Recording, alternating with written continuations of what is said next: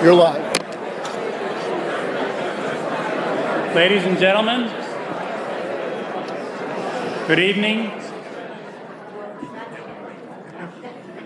Thank you. Good evening and welcome to this special meeting of the Old Lyme Zoning Commission for this evening, Wednesday, April 9, 2025.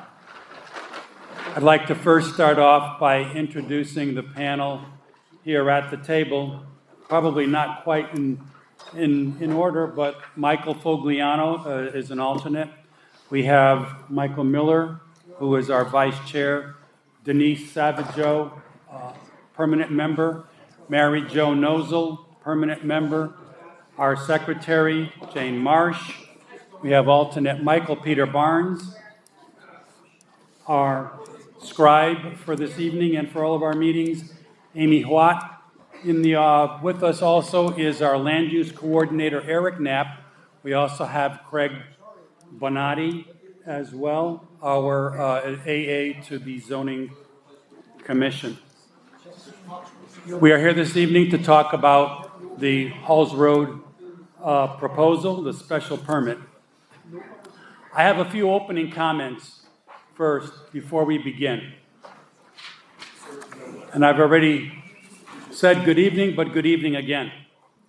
I know that there's been a great deal of anticipation leading up to tonight's meeting.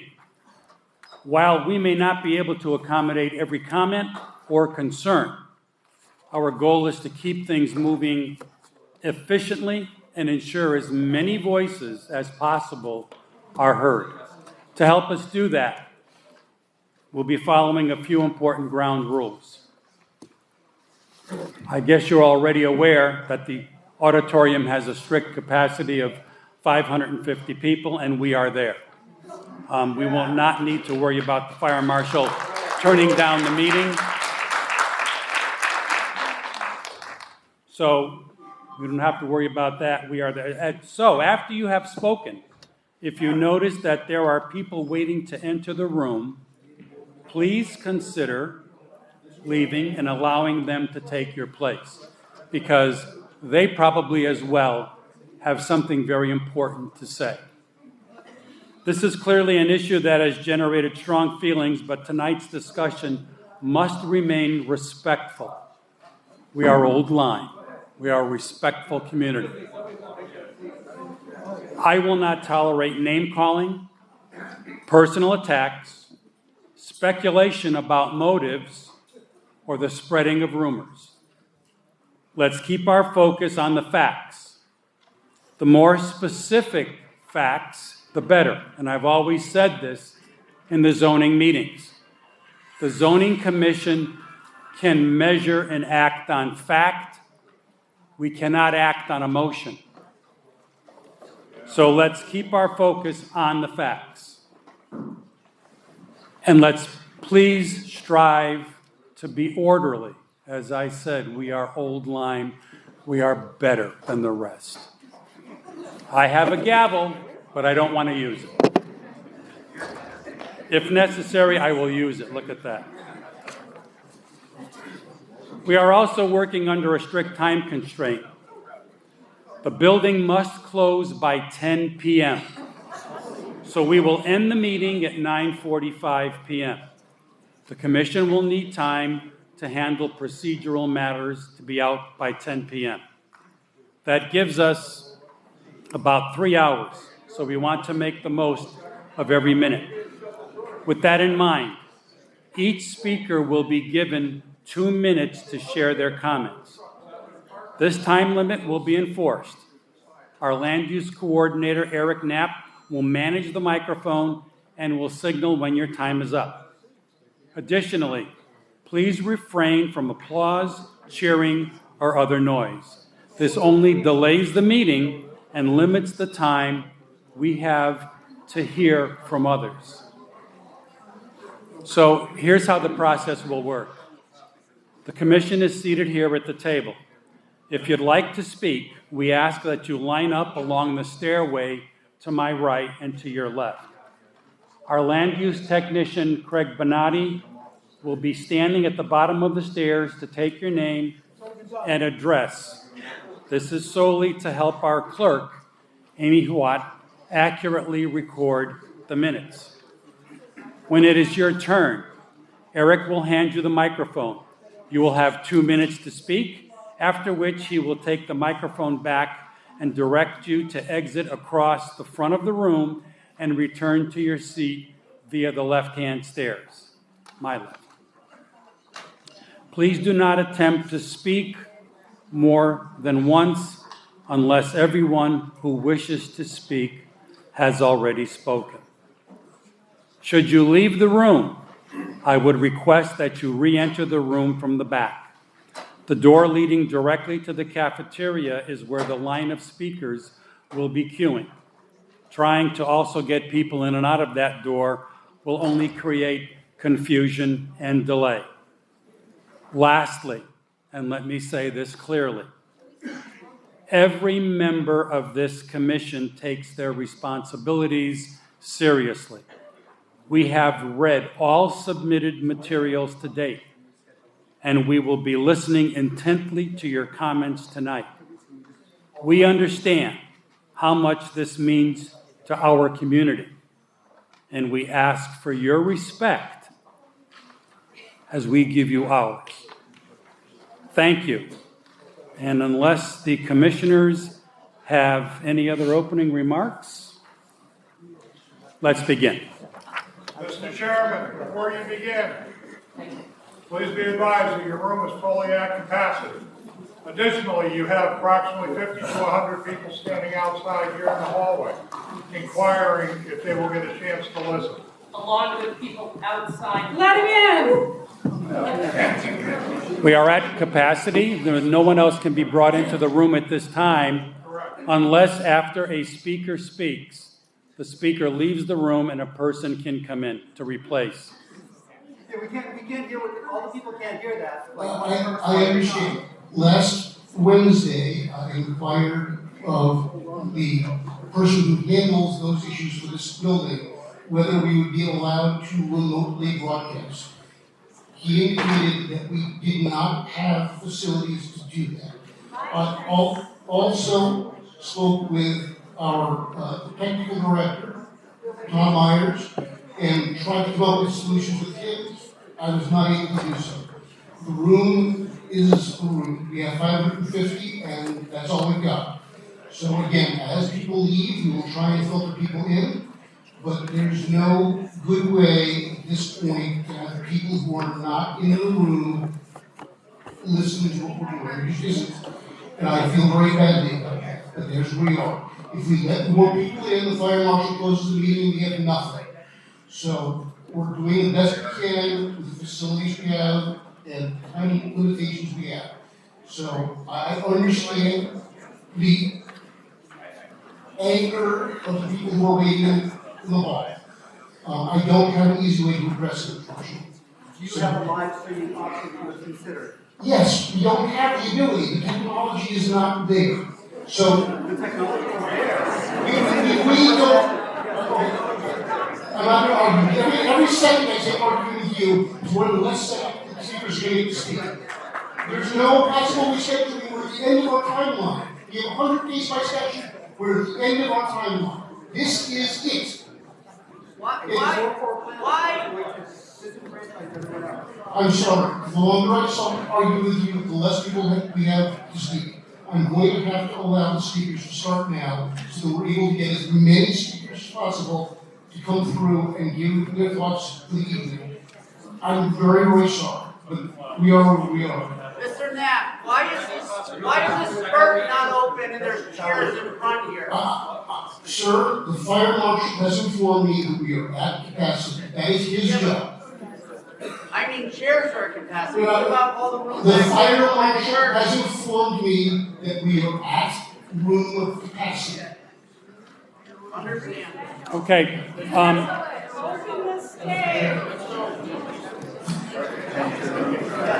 We are going to begin the meeting now, and I am going to ask the applicant if they would like to make any opening comments. Mr. Chair, I have a comment to make before that. It seems that with the time constraints ending at 9:45 and 2 minutes per speaker, we may not be able to hear every voice that wants to be heard.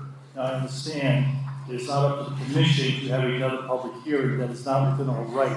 That is within the right solely of the applicant. I would ask the chair and ask the applicant if they would be willing to have another public hearing so that every voice in this town can be heard that wants to be heard.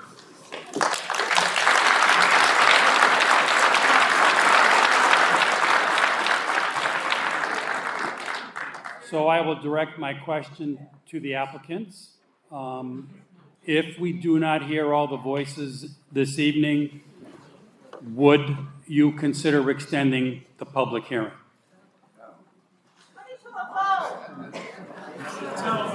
My client has expressed an unwillingness to extend beyond tonight. Okay, all right. The clients, That being said, Mr. Chairman, I would defer my comments to allow additional time for the public to speak tonight. If I could submit my comments in writing to the commission, if they would be willing to review them separately after the hearing closes. during deliberations, yes. I'm happy to do it. We're not going to be doing this by mob vote. We're just not. This is going to be with the commission in charge, and you are going to be respectful. I'm sorry. That's the only way it's going to happen. This commission will act fairly. Give us the opportunity to do that, please. Give us the opportunity. We are going to give the opportunity as much as time will allow. But we will absolutely listen to everything that's been said. We have stacks of comments that have been received that every member of this commission has and will use during its deliberations. But please, let us listen to as many people as we can this evening. We want to be fair. We're asking for that chance from you. Please. With that, since the applicant has agreed to submit the comments for our deliberations, I would like the first speaker that would like to speak to come forward for public comment. Mr. Chairman, I would just ask that a copy of this be provided to all the commission members. I only have one because I intended to give it verbally. But I think it's in the best interest to allow as many people in the public to speak as possible. Thank you very much. Attorney Sweeney. What exhibit it is? Yeah. Exhibit. Okay, for the first speaker, please. Okay, good evening. My name is Kevin McMahon. I've been a resident of O-Line for over 35 years. And the reason I moved to O-Line to raise my family is because of its New England quaint, charm town. If this commission wants to talk about housing in this town, there's a million ways to do it rather than this. Talk about ADUs, 2 to 3 family units. There's a million ways to create additional housing within this town. One would be the O-Line marketplace, i.e. the highway complex, which is falling down around itself. If you want to develop something, let's fix what's already here. You can put 30 or 40 apartments on the second and third floor of that, overlooking Lieutenant River, and have nice apartments. And also that same complex has a foundation that's been sitting vacant for 30 years. Why didn't anybody develop that? There's a million questions I can go on with, but I know there's a lot of people, a lot of time here. Retail space. If they want to talk about more retail space or commercial space, there's people in this audience that own retail space that have been vacant for 4 or 5 years. Brand new spaces. There's plenty of space in this town. There's plenty of vacant space in this town. Crystal Mall. Hey, no comments. Come on, one at a time. Put your name on the list. The O-Line Shopping Center could be torn down and redeveloped with X amount of dollars from some developer. I always question when things like this happen, who gets rich at the end? That's a question that everybody needs to answer. O-Line has a quaint New England charm. That's why I raised my family here and hopefully my grandchildren. So with that said, I'll give up my time to the next speaker. Thank you.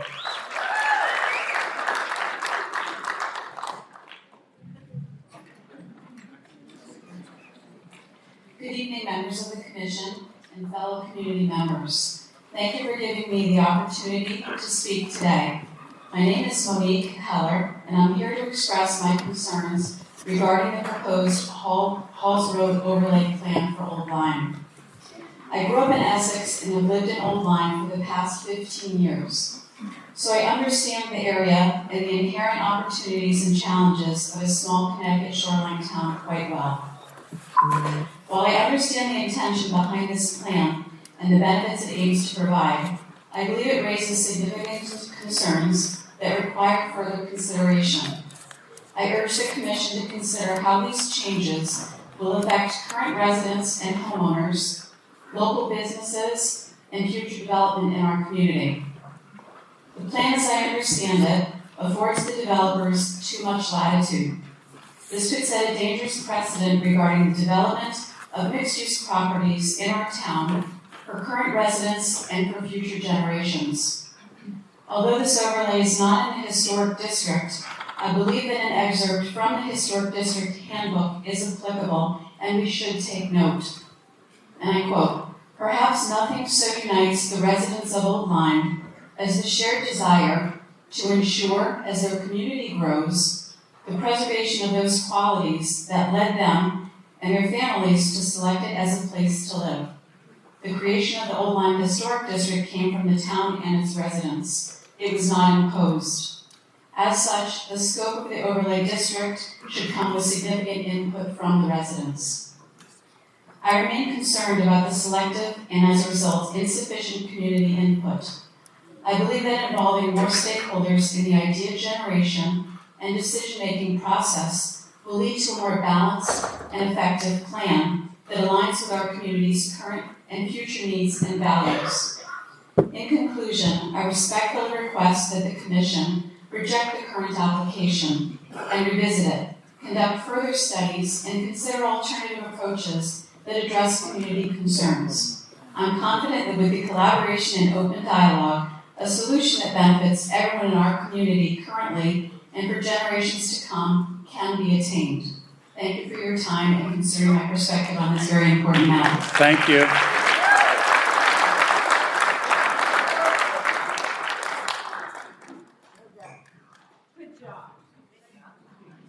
Hi there, my name is Bud Canapé. I've lived here for over 40 years. I was the original member of the Halls Road Improvement Committee. And I sat on the committee until just about 4 years ago when I gave up in frustration. I also was an owner, a 40% owner of the Old Lyme Storage Shopping Center, which now is owned by Provident Holding entirely. So I'm familiar with the shopping center in many ways. First of all, the biggest problem you have when you talk about expanding and all this building along Halls Road is sewage. There is no sewage.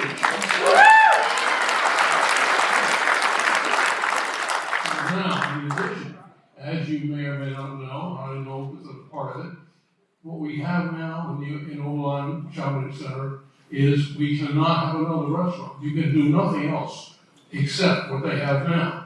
And so that's as far as they're going. You cannot do anything else. They can have businesses, but no restaurants, no nothing, in addition to what they have. So, what are you going to do if you're going to put a bunch of houses on Halls Road or anywhere in that area?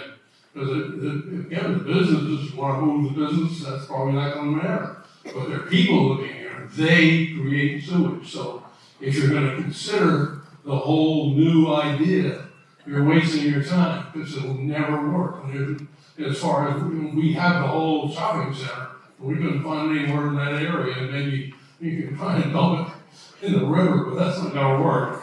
Anyway, bottom line, Old Lyme doesn't need any great changes. It's a very thriving community, always has been.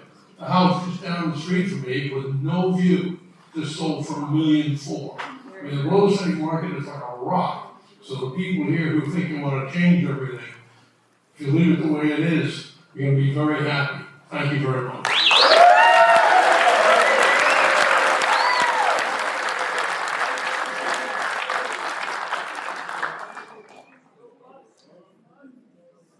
Good evening. I'm Sloan Dannenhauer, and I brought a copy of the regulations with me. First, I'd like to bring your attention to item number 1 of the preamble in the Old Lyme zoning regulations, which states, quote, "To preserve the rural character of the the town of Old Lyme. The definition of rural is characteristic of the countryside rather than the town. Further,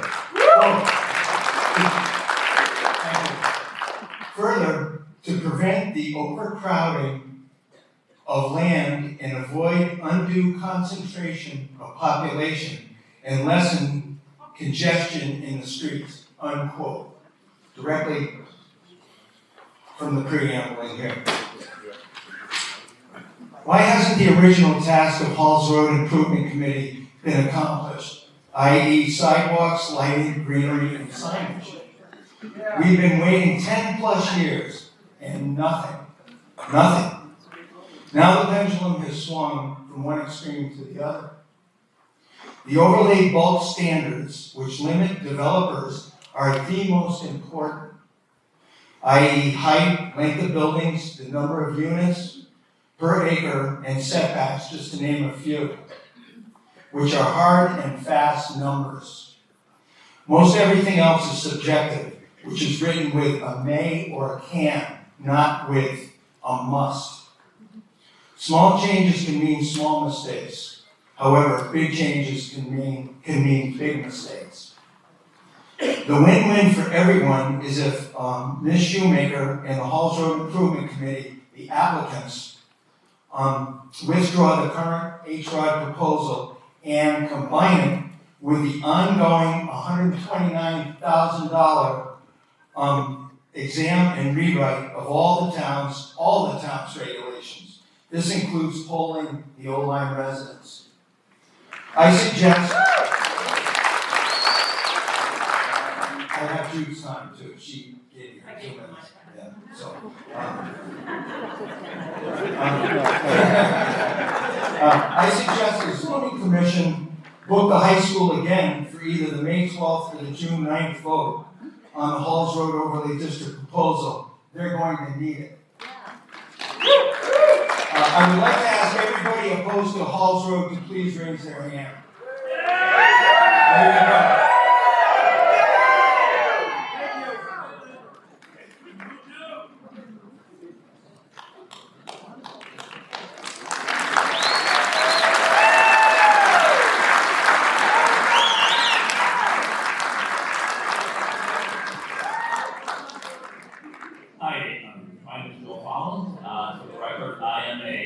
Previous member of the Halls Road Improvement Committee.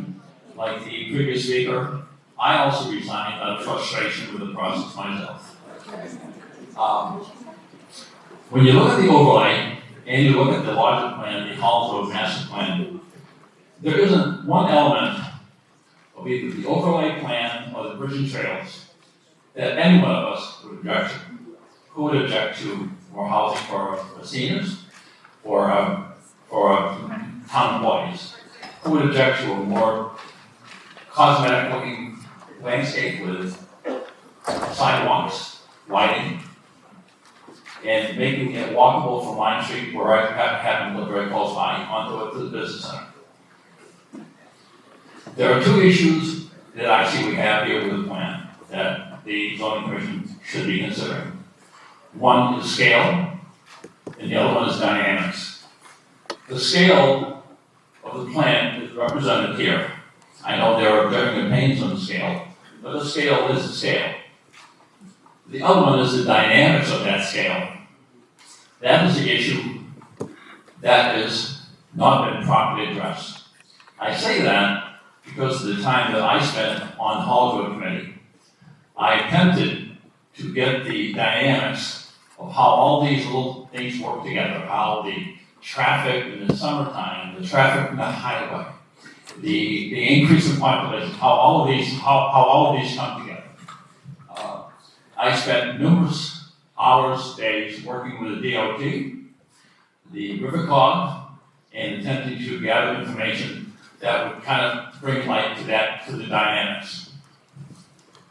The Halls Road Committee was not interested in hearing this frustration, I believe.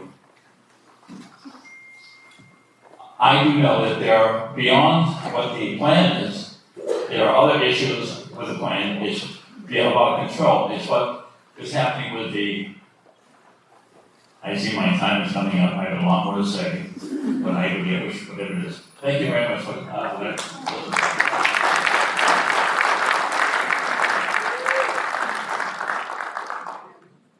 Hello, I'm Stephanie Mickle, 40-year resident of the town. First, I'd like to thank the members of the H-Drive Committee, Zoning Commission, and members of the public who are all taking time out of our lives to take care of our town. I fully support the public part of this plan, the sidewalk, open space, bridge portion. I also support the vision of the overlay, a mixed-use shopping street with a feeling of old New England. I applaud the minimum 10% affordable housing provision, and because the two shopping centers are for sale now, we need to take action. We don't want the street to turn into a highway stop with big box stores, but I do not support the overlay plan as is. In a nutshell, it's a problem of scale. First, I believe the scale of the overlay regulations are just too large. For example, allowing building sizes up to 200 feet long, 35 feet tall, 3 stories on both sides of the street is not what I think fits Old Lyme. We have a quaint New England village-type town. I was anticipating the overlay plan would result with a street like Clinton's downtown, a 2-story downtown. 3 stories has more of an old small city feeling, a New London-type downtown. My second issue with scale is that this vision can never be built unless or until we have sewers. From the public information I've reviewed, there is not enough proper soil to have enough septic systems to support both a vital shopping street with its restaurants and all, and a neighborhood of people running washing machines and just living life. We need sewers to carry the vision of this overlay, thus it cannot be done. With a minimum amount of septic capability and other potential problems such as saltwater inundation to wells and parking concerns, I support an overlay that prioritizes small-scale housing over a commercial district. It would allow for existing buildings to build apartments without building a qualified project. Although it would discourage many builders, I would vote for a smaller scale overlay within the septic restrictions. That is, with first floor commercial on the street with smaller buildings and with more regulations about what can be built behind the street facing buildings, and of course strict regulations regarding the exterior facade of the buildings. Actually, I support a much stricter version than the proposed overlay. If investors, builders don't like the small scale development that fits Old Lyme character, then they can just move on.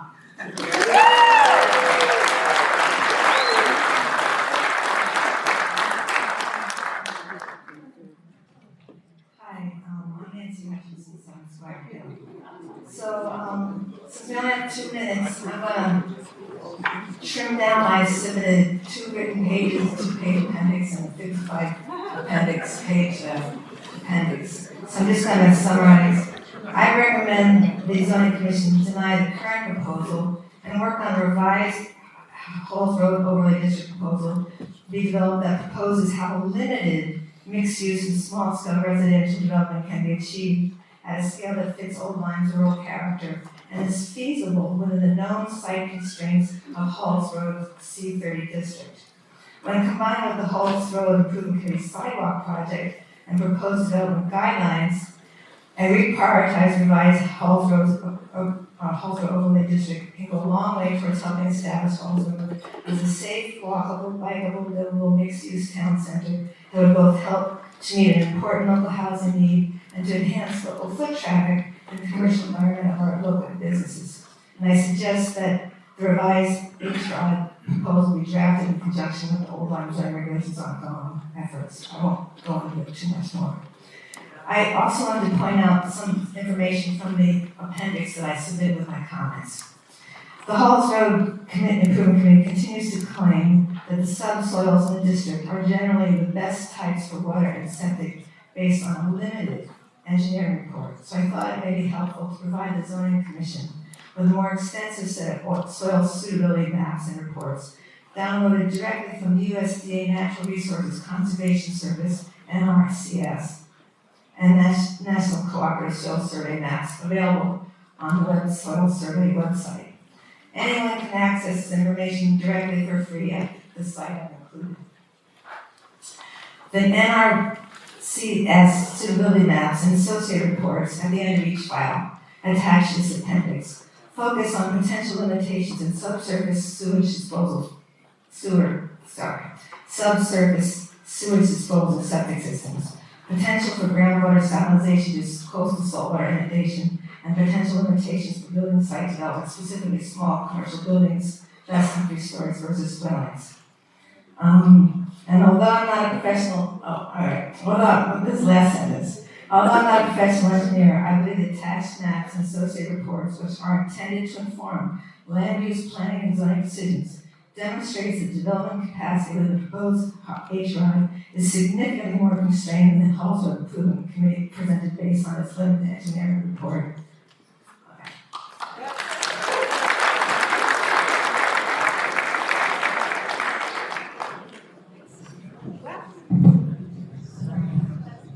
Hi there, my name's Robin Green.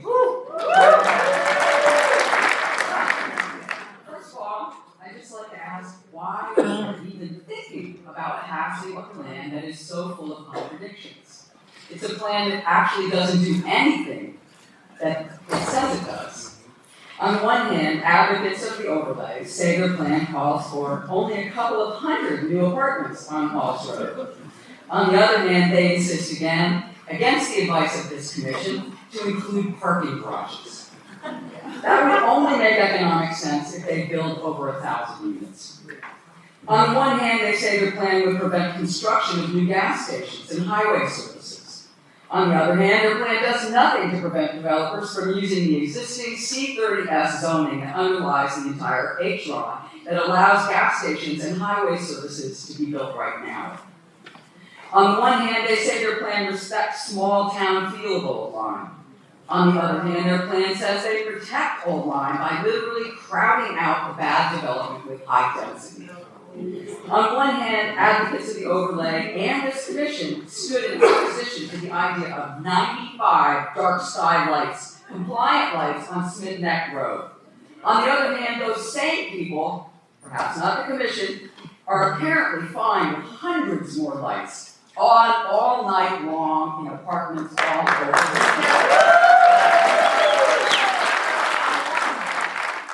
They say their plan will help solve the town's problem of affordable housing. On the other hand, their plan leverages the profits of market rate housing, not to include truly affordable units, but to force developers instead to build high-priced retail and office spaces. On the one hand, they say their plan is meant to help local businesses.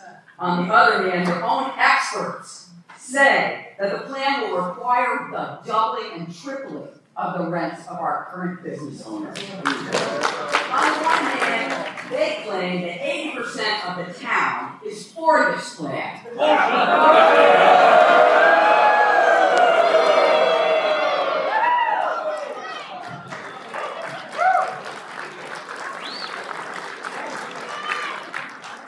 How you doing? My name is Bob Antoniak. I live at 1 Stone Mill. I've lived in Old Lyme for 35 years. I've had a construction company here for 28 years. Besides the sewer issues that everybody's talking about, we have no public water. That means we have no fire hydrants. We don't have a fire department that's capable of taking care of such a complex. Our local police department, all our local guys work from 7 in the morning to 11 o'clock at night. That leaves the state police to cover us. There are 5 state troopers working in Troop F, covering 5,544 square miles. So if they're on the other side of the state, how are they going to get here? It'll be a while. Not to mention, we live on the most deadly section of 95 in the United States. Is anybody north of Halls Road know? Proven even last week when the state police had their chase. They shut down the highway, everything backs up, Route 1 goes right through Halls Road. We already have a congested area. There's no way of solving that problem. This is just gonna add more traffic to a problem area. Thank you.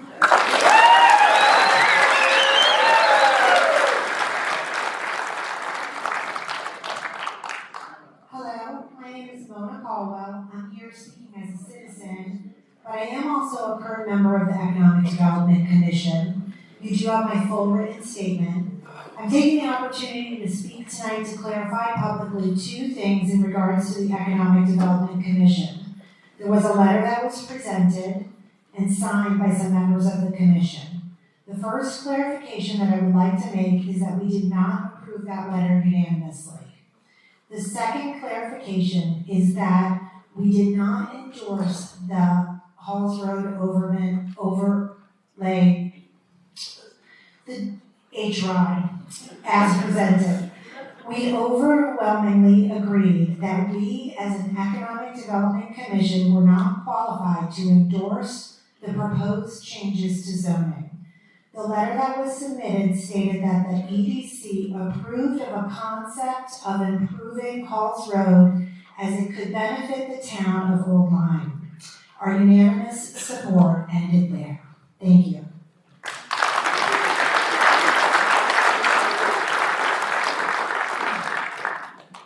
First, let me introduce myself. I'm Sandra Yarrow, and I've been in Headline or Old Lyme since 1950. And I give my support to the overlay. Many of you might recognize me when I try to walk around the Old Lyme and Halls Road, trying to stay healthy in the 80+ club. The Halls Road Improvement Committee was formed to address issues of pedestrian safety, to make the commercial area of Halls Road more attractive, and to offer additional housing options for residents. The master plan was researched and developed to get grants and encourage developers. The plan offers walkways, housing, and encourages a mixed-use neighborhood. I can give you a personal example of a friend, an older friend, who wanted to get an apartment in Old Lyme but couldn't find one, so she went to Mile Creek.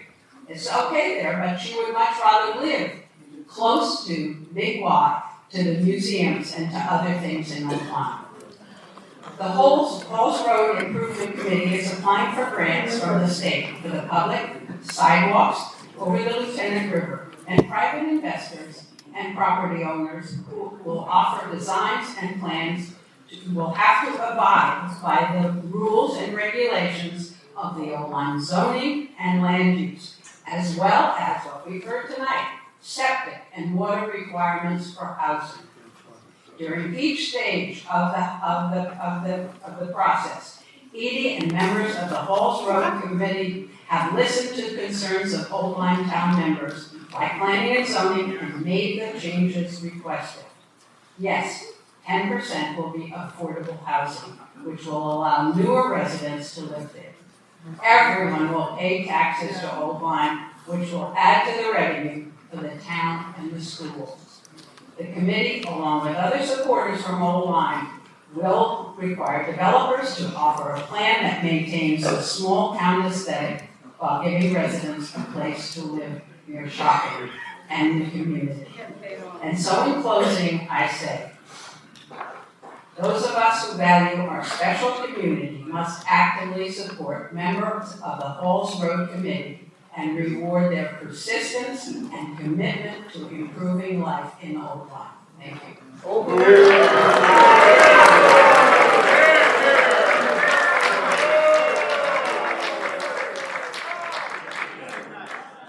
Ladies and gentlemen, I have asked not to cheer, jeer, etc. Hello, I'm Kingsley Gladys. I live at Hanley Road. I think development in the area would benefit us, but I don't think it should all be in the same place.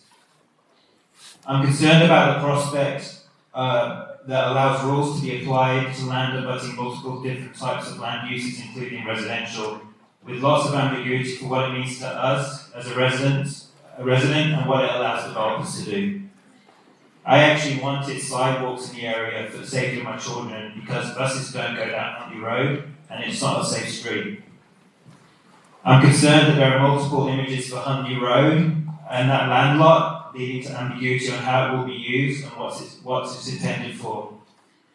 I'm mostly concerned about how the application hasn't thought about the impact beyond the district. One example that I see directly living on Huntley Road is that I saw in the images there was consideration for intersection improvements up Paul's Road and Huntley Road, but I didn't see any improvement for the intersection at Huntley Road and Neck Road. So if you're sending more cars down Huntley Road, which is already a dangerous road, you're not thinking about the safety of the intersection at the other side.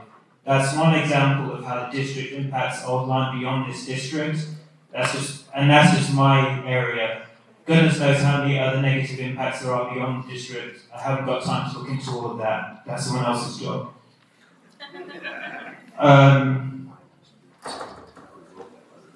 Yeah, I think that's all I got. Thank you very much.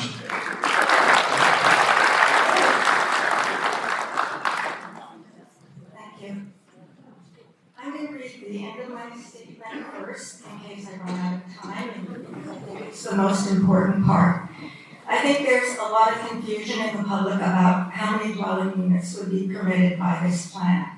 I ask that you, the zoning board, or perhaps with the planning board, do a full analysis of the range of total possible types and numbers of units that would be possible. Define your assumptions about residential types and sizes, such as studio apartments, single bedroom apartments, 2 or 3 bedroom apartments, duplexes, townhouses, whatever.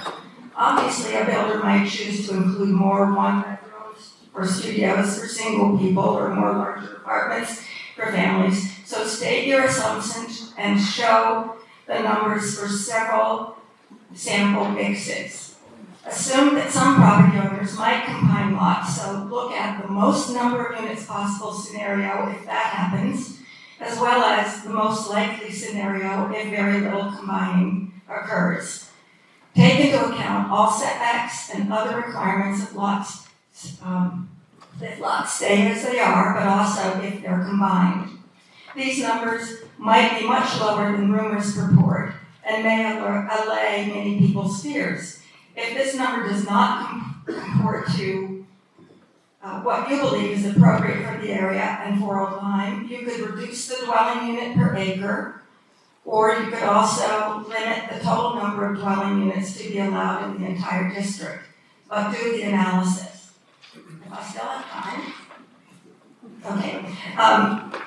My husband is the brother of the chair of the Halls Road Committee. Contrary to paranoid speculation, conspiracy theories, and repulsive accusations on social media, I would like to set the record straight. Neither Alex nor I own property nor had any financial interest on Halls Road or in the proposed overlay district.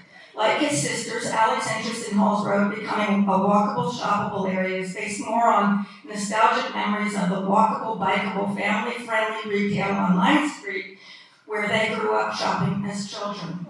And to those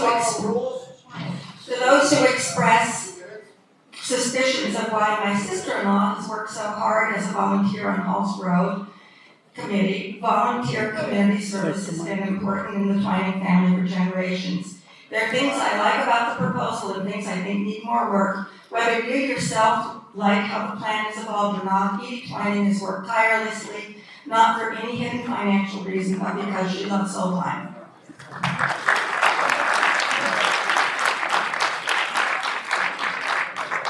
Good evening, I'm Alex Twining, I live at 13 Burbank in Old Lyme. I support the proposed Halls Road Overlay District because it's a smart, flexible way to guide Old Lyme's growth in a direction that works for our town. Today, Halls Road is where we drive from store to store, big wide, liquor store, the post office, parking each time. There's no sidewalk network, no gathering place, and no reason to linger. It's functional but not inviting. Imagine a better vision, a tree-lined Halls Road with sidewalks, bike paths, and shops you can stroll between. Park once, stop in a few stores, meet a friend at a cafe, and maybe keep walking to the river or boat landing. Less driving, less hassle, and more pleasant. This vision won't happen overnight, and places like Big Y will be there for a long time. But with time, new shops and restaurants can begin to open along the street. Maybe one day longtime favorites like the hardware store Bowerbird will want to move where foot traffic helps them grow. The proposed district gives property owners the option to build this walkable future. It allows a mix of shops and small-scale housing like apartments above stores or townhomes nearby. The same mix we once had on Lime Street. Old Lime's current housing is 90% single family. We need more options for singles, younger people starting out, and older residents looking to downsize, but stay in town. The overlay only allows housing if new shops are also built, and only if there's enough land for parking and septic. It's smart, sensible, controlled growth. When I was a kid in the 60s, people would walk to the post office, church, and the market all on Lime Street. But strip malls changed that. Luckily, town leaders back then preserved Lime Street and pushed commercial zoning to Halls Road instead. That gave us a functional strip center, but now it's time for the next step, make it a real place again. Americans are discovering how much better it feels to be in a true town center than a strip mall. The demand is real. People like main streets where they can walk, gather, and feel connected. Halls Road can become that kind of place again. Without the zoning change, Halls Road risks becoming nothing more than another truck stop. That's not the future we want. With the overlay, we can bring life, housing, and local business back to the heart of Old Lyme while also growing our tax base in a smart, efficient way. Let's set the stage so Halls Road can become a place we're proud of in 10, 20, or 30 years. Thank you. All right, I am going to remind everyone again, every single speaker that is up here and everyone that wants to speak deserves your respect. And I demand that. Please keep your comments to yourself. They're not helping this commission make any decisions one way or the other. But I demand that the person speaking, whether you agree with that or not, demands your respect. Thank you. Hi, I'm Jeff Hartman, 20-year resident of Old Lyme. This is a subset of my letter I submitted. So as a citizen of Old Lyme, I support thoughtfully enhancing the Halls Road area. However, we must consider the perspective of our residents while addressing the lack of housing alternatives to the single-family home, which is financially out of reach for many in today's economy. Everyone in this room shares a common goal of preserving the unique character of Old Lyme. I'm asking the Zoning Commission to consider a compromise permission on the Halls Road Overlay District. I'll go through quickly some other points. Residential density. I'm asking that the Zoning Committee limit the maximum number of residential units to 20 per acre. This cap represents a reasonable density for multifamily residential development, ensuring growth remains compatible with existing infrastructure, traffic patterns, and community standards. Such density supports manageable growth by reducing the strain on local resources and infrastructure. The DEP is the final arbiter of the number of apartments based on the stringent septic requirements for multifamily design buildings. Without DEP approval, the building department should not issue a building permit. Residential types, unit types. Residential units should be limited to studio, 1-bedroom, 2-bedroom configurations. These type units address the demand for smaller scale housing while avoiding overly dense developments, ensuring that growth aligns with the infrastructure and Old Lyme's community character. This mix also caters to a variety of demographics, including singles, young professionals, and the seniors seeking to remain Old Lyme in a smaller housing unit. The 35 height requirement would work for 2-story garden apartments designed to meet the architectural standard. I also recommend the building length should be reduced to 175 feet. First floor retail eliminations. I recommend that the first floor retail be eliminated under this. Let's preserve our existing retail businesses and offices and not compete with them in new development. Parking requirements. Recommend that 1.5 parking spaces per space, 75% of the parcel area. I'm running out of time. I recommend the elimination of the parking garage. It'll be unsightly. It's a misalignment with the Old Lyme's character. I do like the architectural committee traffic study. I think that ensure things get done. In the affordable housing component, please consider 10% of the units under the Bill for CT program, which is 80% of the AMI, which is roughly $60,000. So our teachers and volunteer firemen could live here in town. DP, septic. All right, I need the mic. So, sorry, I ran out of time. Hey, let's compromise and work this thing out. Thank you. Bye.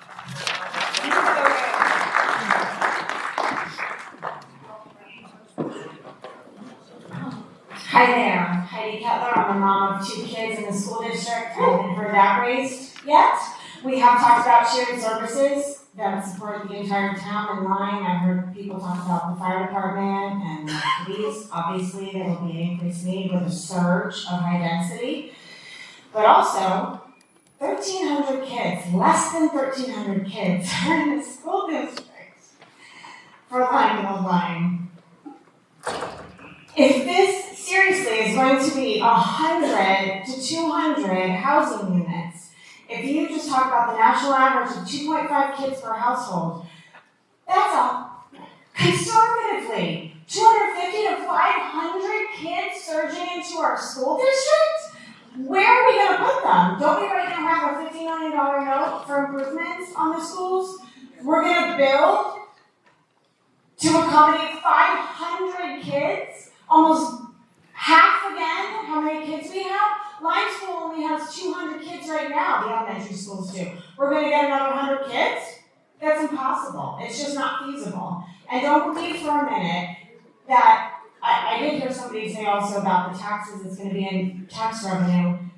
No.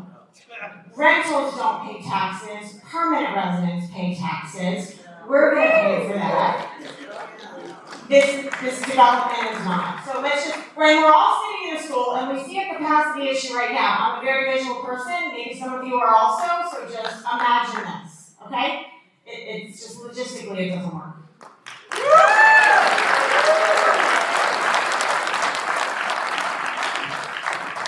Good evening, I'm Carol Schofield Van Patten.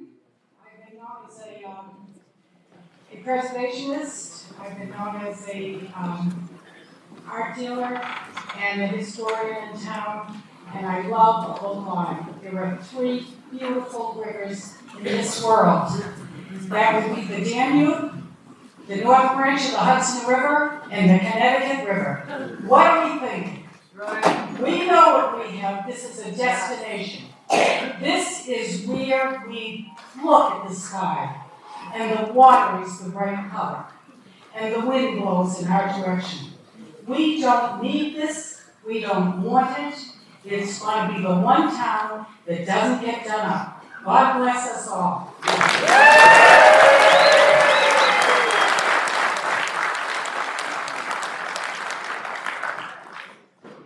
Sheila Riffle, 50 was my address, 57 Colt Lane.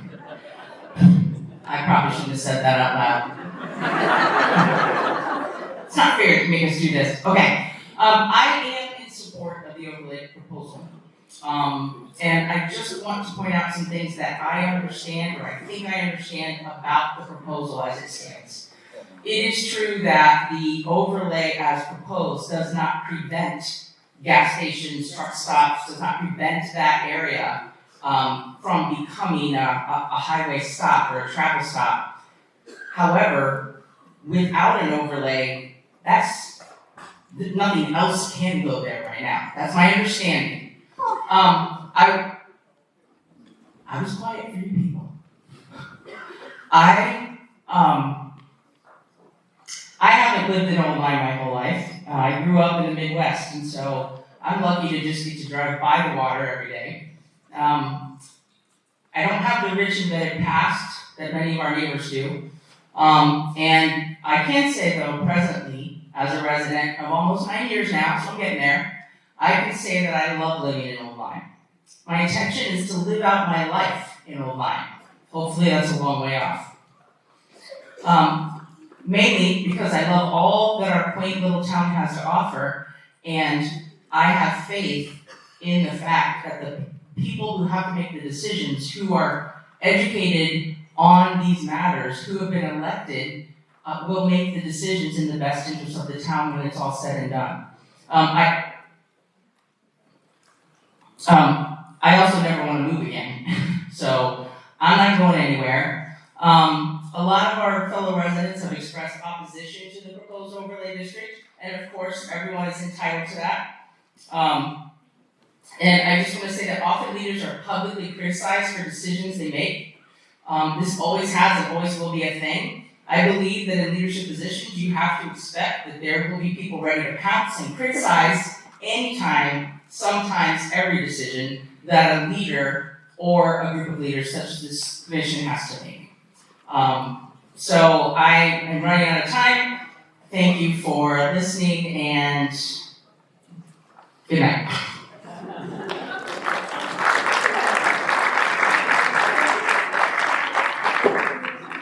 Hey everybody, my name is Colin Mahoney. I live on Lime Street. I'm the guy who started the petition. Some 1,200 plus people who urged this body to vote no on the overlay. And thank you to all of you in opposition for being here. This is really important to get involved in. Transparency is important. Getting out and being heard is important. I have here the petition. I want to submit once again. I know you have a couple electronic versions, but it got even bigger today. So hopefully Eric can hand this off to the people in charge. But I can't say anything else that people haven't already said tonight other than, again, thank you for being here, thank you for being heard, and please vote no on this proposal.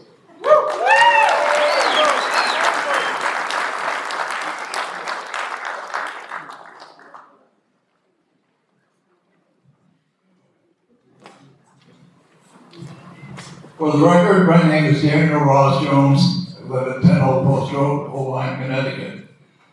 Having reviewed these overlays, Andy's is gone, Danny's Hideaway is gone, and then it's getting replaced by 1, 2, 3, 4, 5, 6 units.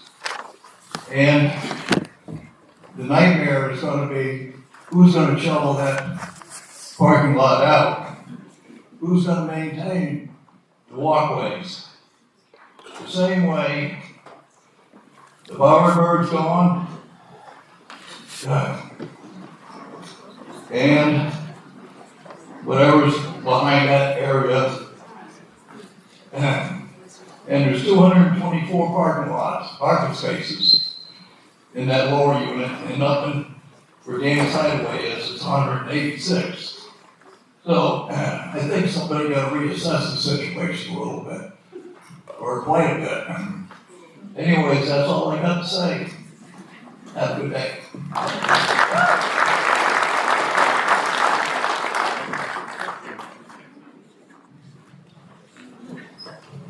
Good evening. I'm Russ Todd, resident in Old Lyme for about 25 years, 105 Lime Street. I'm here speaking on behalf of my wife and myself. I am a member of the Historic District Commission, but these comments are personal and not as a representative of the commission. I travel quite a bit. The first thing I want to say, I'm in the design field. I do acoustic design, I work with architects and designers all over.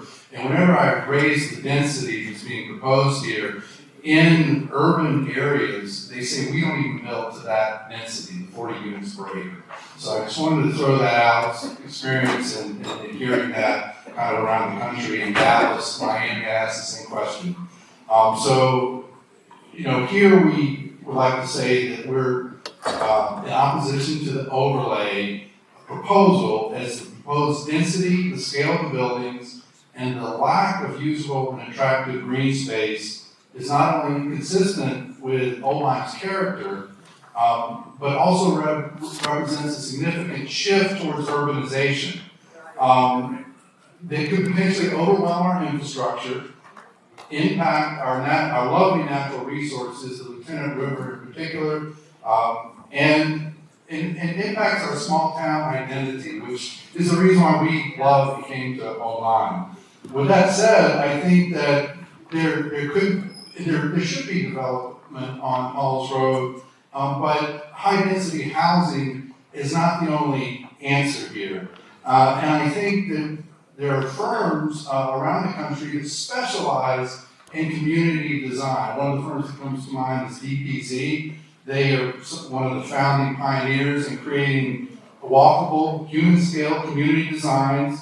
And not to say that they're the only firm, but just as an example.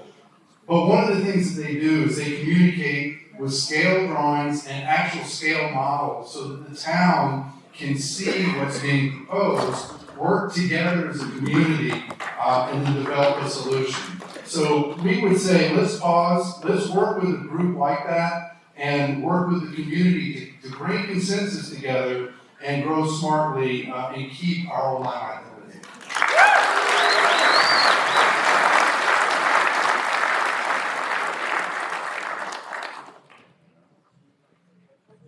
Hi, I'm Claudio Tenoria I live in online for about 50 years. Not in online, 50 years in the country, and 25 years online.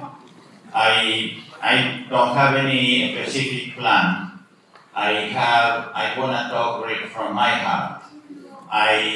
We came 50 years ago from Argentina, and we know what we are looking for.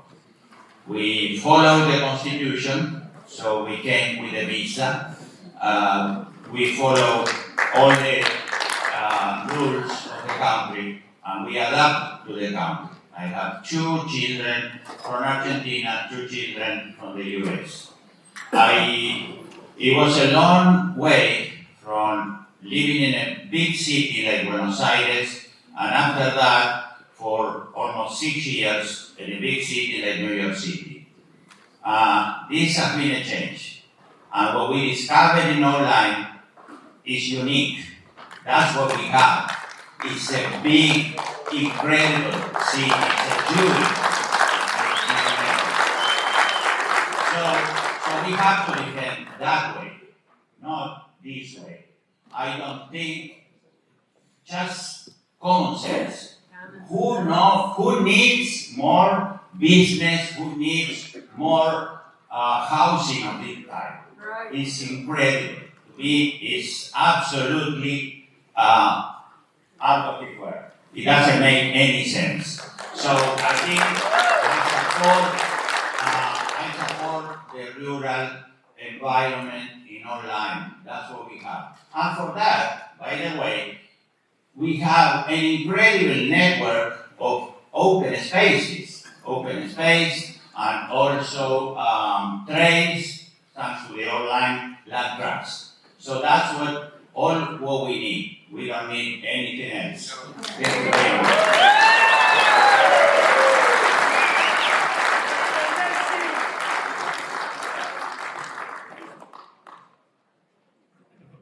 How you doing? Paul England, been talking. I really don't like talking in front of people.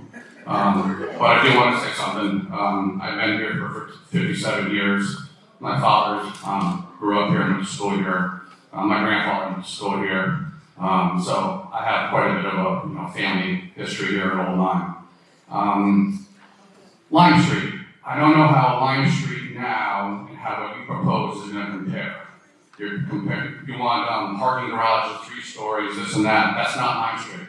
Lime Street was never like that. I've been here since I was born in 1967. It wasn't like that. You're not linking Lime Street to what you're proposing now. And then also, I just don't understand how it's all going to work with all the rivers and everything around the wetlands. It can't work that way. I've been going through some building projects and stuff like that, and I don't know how this is going to work and where the septic and the water and everything going to come from. It's just not possible. I mean, it can't happen. But you guys say that, oh no, it can, and the soil, so that concerns me. What information do you have that we don't? And that's what really concerns me, is what are you holding back, or what are you not seeing? I don't understand. Now, I think development, sure, go ahead. I know there's a lot of good things with walking, this, that. You want to add some buildings, you want to add even some small apartments or something like that. Yes, go ahead. This, no. Thank you.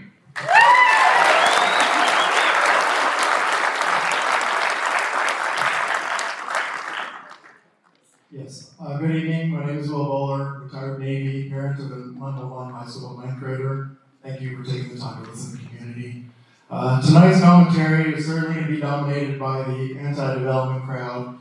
likely heavily dominated by educated retirees with lots of available time and money, as evidenced from the Facebook comments and the yard signs. I'm here to speak on behalf of a group that will be underrepresented, working age families. We are underrepresented for two main reasons. One is that children and families are vanishingly rare in Old Lyme, and the other is that, like my partner at the time, right now, this group is at soccer practice, working late, preparing dinner, and getting the kids ready for bed. Not here. We want a community, one with life and family and businesses, not just an over 55 community with virtual walls. Old Lyme is decrepit and moribund. One has only to look at Halls Road, Hartford Avenue, or Shore Road, and to see the result of what half a century of responsible development has led to.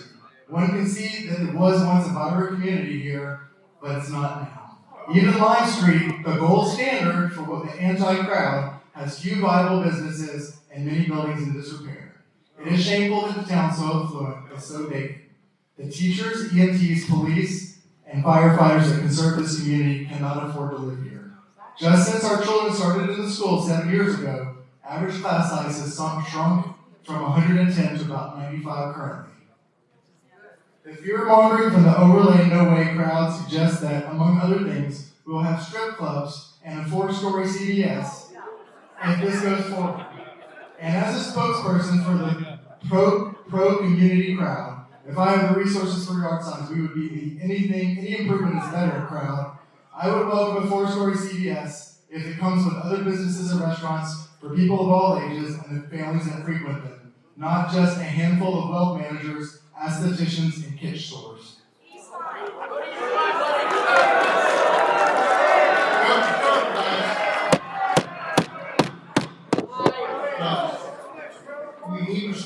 I ask that you be respectful.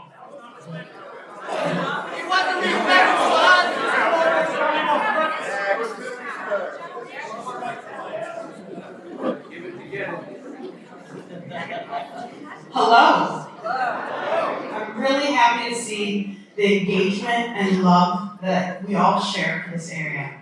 My name is Bailey Drown, and I'm a farmer in our community. I do live in Lyme, not Old Lyme. But I moved to Old Lyme 12 years ago, and I've been inspired by this beautiful landscape. I chose to start my life here as a farmer as opposed to Vermont, where I was farming and living before I moved here.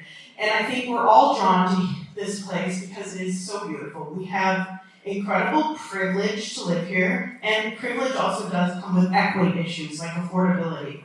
And I want to acknowledge the people that were not able to come in the room tonight who ended up leaving. And I even considered leaving, but I wiggled my way in. And I think that that is something we should address in a constructive way and through a thoughtful process. And there's just really one thing that I want you to consider. And I do acknowledge that all of us here on the commissions in our towns are volunteers, and we do this out of love for our community. I have one solution that has already been presented to you before by a friend of mine, Diana Prince. She has presented a process of listening, conversation, education, and this is a slow process, but it is one where everyone's vision and needs and all the stakeholders beyond this room are considered. And there's even grant funding available for it. So I refer us back to that proposal that Diana Prince brought before you in the past. And I can attest to that process. The time I lived in Vermont, we did that process, and we were able to hear everyone's voice over the course of months and come up with a plan that served all of our needs. Thank you.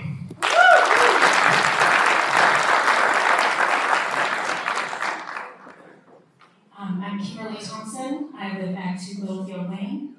I don't have a precise plan for what I'm going to say, but there's a lot that I've heard that I think is contradictory information. People with concerns about septic and the rivers and the spaces on this in the overlay district that are owned by the Lyme Land Trust. by definition, those things are going to limit the development in this area. And I support the overlay district because those things exist, because there's going to be review of septic and wastewater plans, because the Lieutenant River is governed by the Gateway Commission and they're going to have input on what can go there, and because the Land Trust owns spaces here and their mission is to preserve that space. I think that it's important for us to have more diverse housing options in this town. I grew up here, I love this town. I would have liked to move back here when I was younger, but I didn't have access. I couldn't put a down payment on a home. The only thing available to me was rentals. And there are no rentals in Old Lyme. Another group of people who have not been mentioned here, in my community of people that I'm friends with, there are women who are divorced. And one of the things that has slowed down their access to moving forward with their lives is access to a rental property. We have a rental. They have children who live in this town, they go to schools, and they find it's very hard to find a place to rent where they can live in town and keep their children in the schools. And for them, that causes problems. So I just wanted to highlight some things that have not been mentioned. Thank you very much.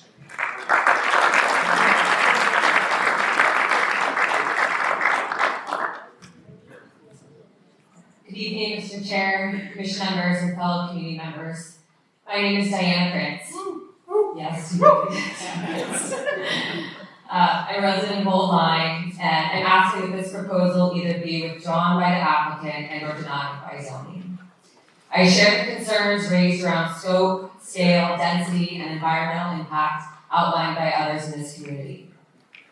Even more so, I share an additional concern around community engagement. I'm concerned about the lack of accessible, ongoing, and open community input for this proposal, the master plan, and process.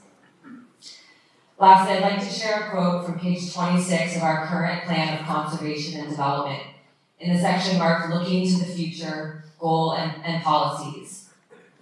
It states, and I quote directly, "The goal that has guided Old Lyme for the past 45 years remains essentially the same. It is still as valid as it was when it was adopted in the 1975 Plan of Development. It has been the underlying focus of the town's land use decisions for 3.5 decades. That goal is, and again I quote directly, to maintain the small town character of Old Lyme while providing for limited growth consistent with the need to preserve existing natural, cultural, and historic resources." Thank you.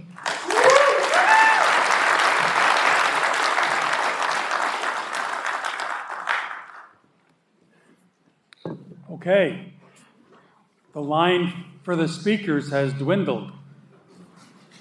Do we have anyone else in the audience that would care to make any comment at this public hearing? Okay, if we could again do the same thing, line up against the wall so that we can get your name.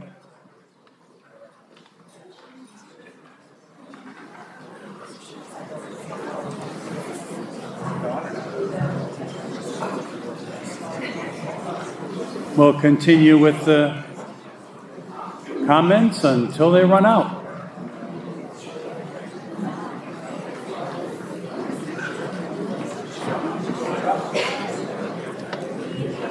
Hey everyone, my name is Maddie Silvestri, and I've just lived here a year. My mom is from the area, so I didn't grow up here. I grew up in Pittsburgh, which is big city vibes, Steel City.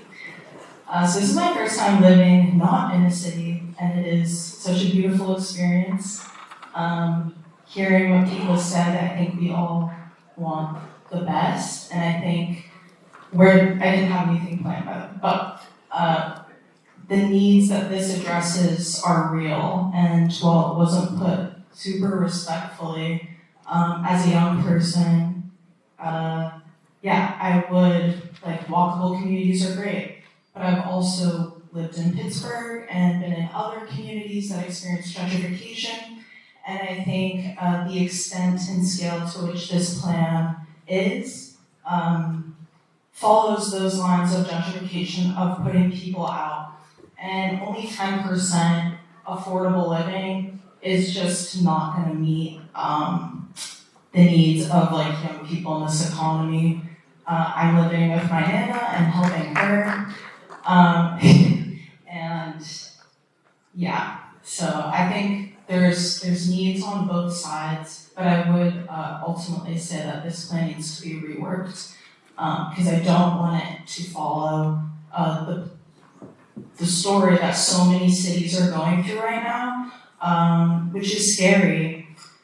And gentrification, whether it's in this rural area or in New York or Pittsburgh, should be prevented so that everyone can be included. Thank you.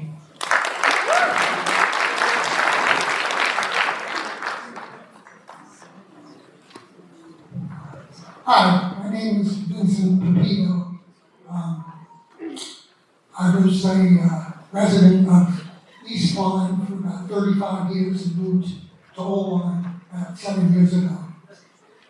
One of the reasons we moved was East Lyme seemed to lose its way as far as zoning, as far as the places that they were allowing to be built and where they were allowing them to be. So it turned what was originally a rather nice, sort of quaint town into Costco, Stop and Shop, all of those kinds of places.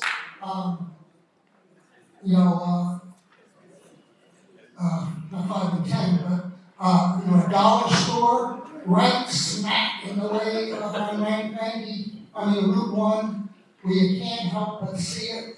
It's like, boom, right in front of you. All of that. So, what I'm concerned about is this is like the tip of an iceberg.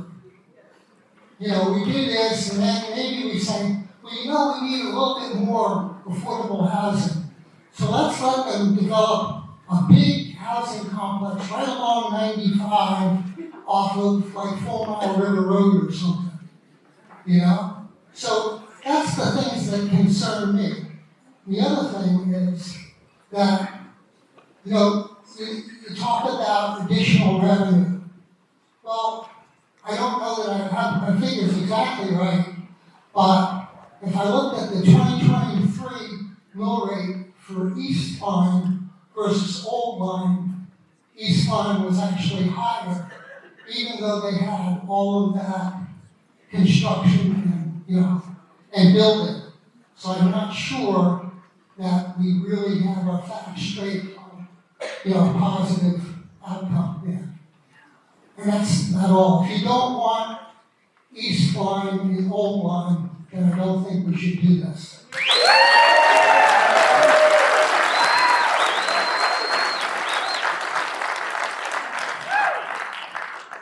Hi, my name is Ellen Calkins, and I live on Hillwood Road in Old Lyme. I've lived here for 30 years. I want to say first how disappointed I am that people would be booing for each other and would interrupt each other when they're speaking. I really do think we can be above that here.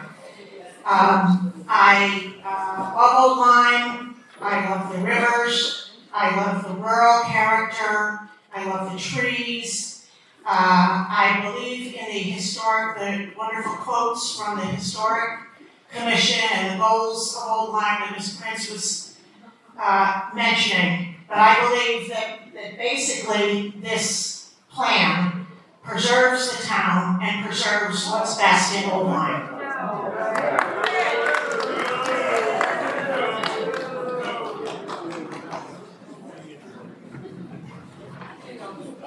Good evening, my name is Gary Day Harsh. I live at 31 Library Lane. I'm new to town after 25 years in Essex. I moved here 2 years ago.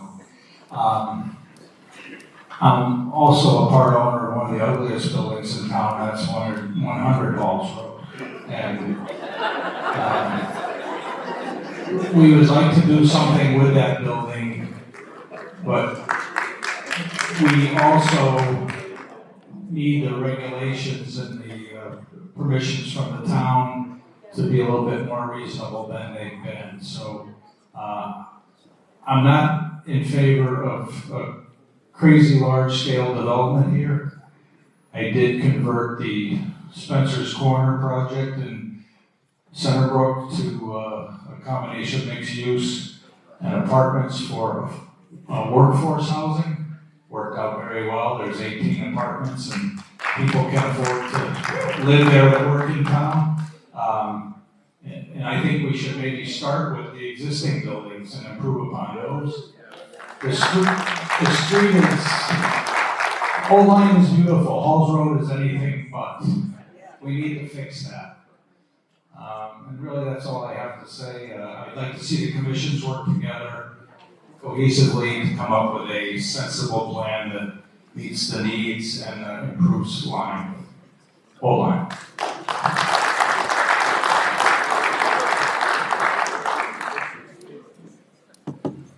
Hi, I'm very nervous. I never saw myself speaking in front of the town I grew up in. I'm just shocked.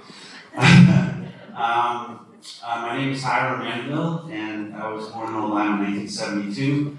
I grew up on Meeting House Lane and Smith Neck Road. And my memories going way back are of riding my bike to school, just being a very low-key, small, peaceful, nature-filled town. Very safe. I recently moved back here permanently with my family. I've got a 6-year-old and a 2-year-old. And I'm not against improving Halls Road. I think that it's needed something for a long time. But I'm very against the proposal that's currently there. I'm not a lawyer, but as I understand it, whatever in the proposal that this committee votes on, it will then be, the developer can then do what they want to do. And I didn't like at the beginning that the attorney didn't share with us what the amendments were the applicant is presenting. So that because if one thing's for sure, there's a very concerned citizenship here that's against this, that I think everyone can see something happening there, but not this. So I would be very surprised how you guys could vote for this after this meeting, seeing that there's at least more than 80% people here that are against it. We live here, a lot of us grew up here, we care about the future of this town, our children, our children's children. So, please consider this carefully. And, I don't understand the whole dynamics here, how there's just a few people that put this forward. It should be something that everyone is involved in.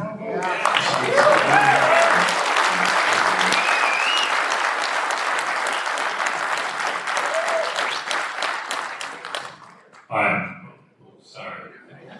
My name is Bob Stowe. I'm a very recent addition to the town. I haven't heard enough about the environmental impact to the river and to the marshlands. If you don't have sewage and all of that, you're going to rely on septic. Are you kidding? What are you going to do to our wetlands, to our river, to our seawater? We're at the mouth of the Connecticut River. It would seem to me that based on the size of this project, you're endangering wetlands and all of that. And I think a lot more consideration should be paid to that.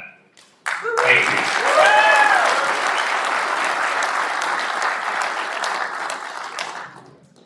Good evening, it is Rex. I live on Grassy Hill Road, and I'm originally from San Diego, but I'm also retired Navy, but different than the wonderful gentleman that spoke previously. I am completely against this, and I'm gonna let you know why. So growing up in San Diego, there was no way in heck I'll be able to move back home. And I grew up in a glorious area on a ranch. I could never live there now. I couldn't even afford a studio apartment there now. But I'm not gonna go home and demand that housing is built to accommodate me because I want to move back home. No, I moved to glorious Connecticut, which I love. I love this small town, it's stunning. I love the farms nearby, I love the rivers, I love all of it. Gorgeous. Keep it this way.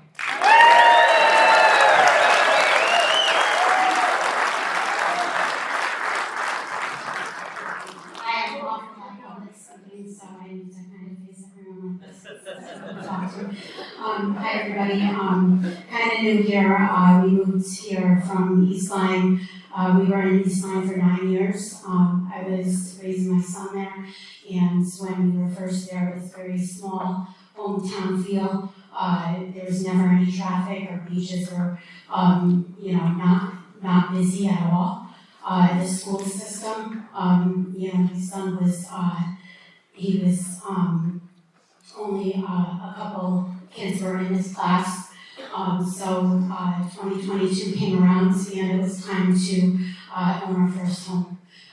We took our whole life savings. I sold my Bushi car. And the school system is so important to us. O-line is where we wanted to be. So we were here because the ratio was 12 to 14 kids per class. And that's why we wanted to be in O-line. So when I read everything saying that 40 units per acre, and there's 40 acres, I'm really worried about overflooding our schools, and that's why we're here. We invested to be here, and I'm happy to be here. But 40 units per acre, it's why I'm now. Thank you very much.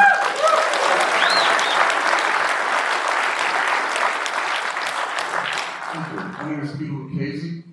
I'm a real estate broker. I've been a broker for 61 years.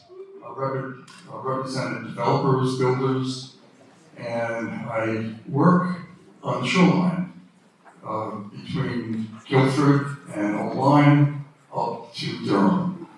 And I represent clients in front of zoning commissions, planning boards, and looking at the overall plan, I decided to go to Saybrook and look closely at the Saybrook Junction apartments near Monstrosity. And I took a tour. In the Saybrook Junction apartments, there are 186 units. The garages are 1 story high, and we're proposing up to 3 stories.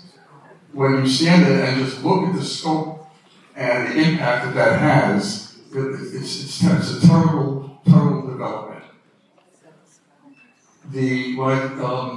About a month or so ago, it was 2 months ago when we met Eric? Yeah, about 2 months ago. And my takeaway meeting with Eric, he said that we have roughly 30 acres. We could have up to 40 units per acre. So that's minimum 1,200 units. And when you compare that with Saybrook Junction, it would be like living in the Bronx. It is absolutely a terrible plan for this great town that we love. Ginny and I, before we decided to settle in Saybrook about 5 years ago, we went around to no less than 7 states looking for a place where we wanted to have it be our final resting place. This is it. And I urge and I request that the zoning commission rethink this. I know that planning approved it. Being here only 5 years now, I really had to delve into it and check and get the facts. I don't have all the facts, but just that one visual impact will change the feel, the character of this town forever. And I definitely against it, and I'm not against development. But originally, I understand the overlay district wanted to have sidewalks, lighting, and trees, landscaping, which we all agreed to. We would be for. But this is, and I urge everyone, go to Saybrook behind Burger King, look at those units, and then look at the units across and Stop and Shop, and you'll see that's a fraction of what we have here. Just look for yourself. And if the zoning commission has not been to Saybrook, I would ask you to go to Saybrook and see what they did. And hopefully we don't have that here. Thank you.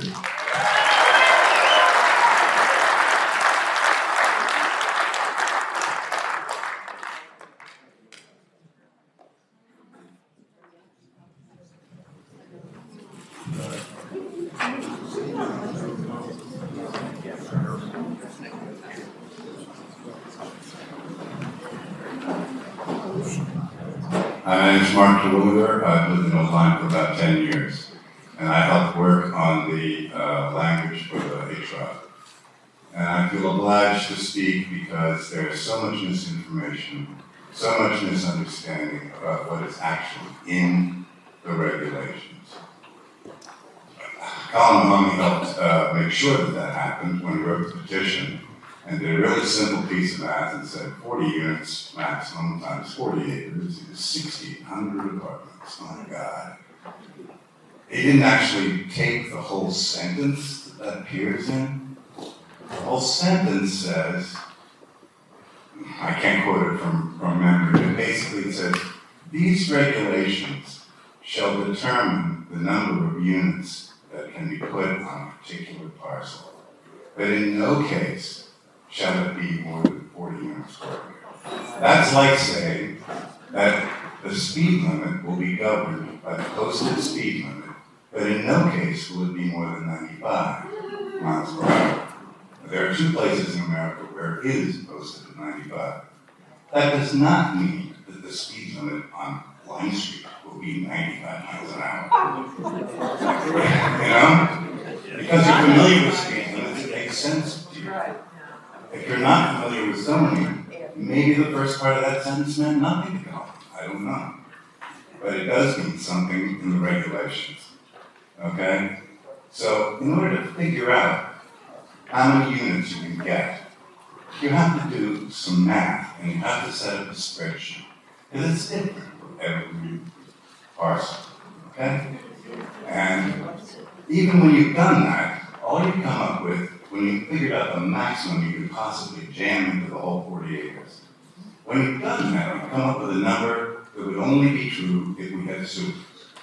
Okay, so I did that for we did it 2 different ways, for 2 different sizes of apartments. One 960 acre average, 960 square foot average, the other 800 square foot average across all the units.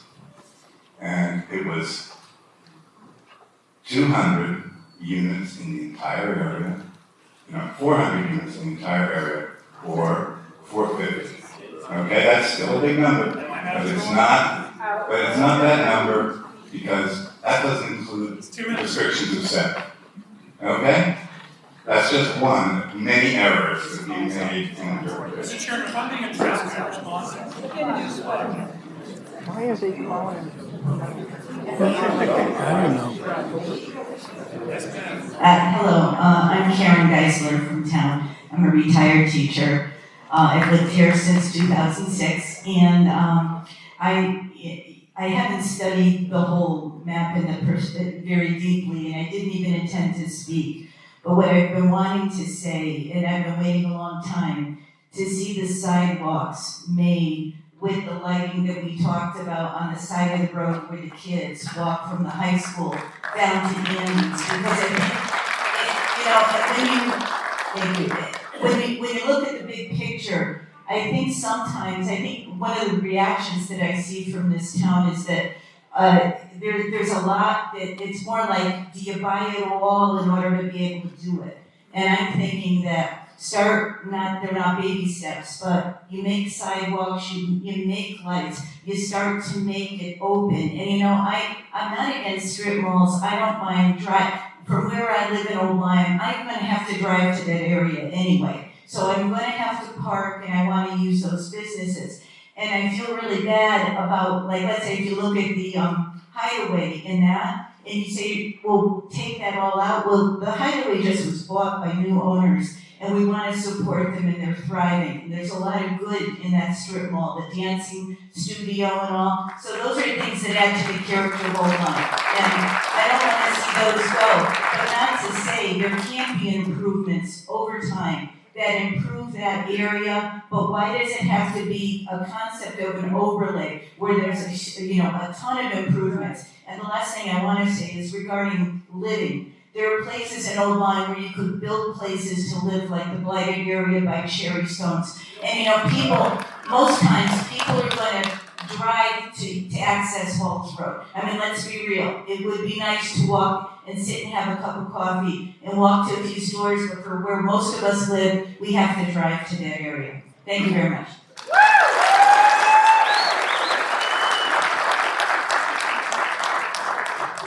I hate public speaking. I'm Nick Rizzoli, resident since 1990. As a young person, I see the young people's opinion on wanting more housing, but if we look at this, I didn't understand what the 95-mile-an-hour thing meant, not to be disrespectful to gentlemen that spoke before. Gone to school for many years.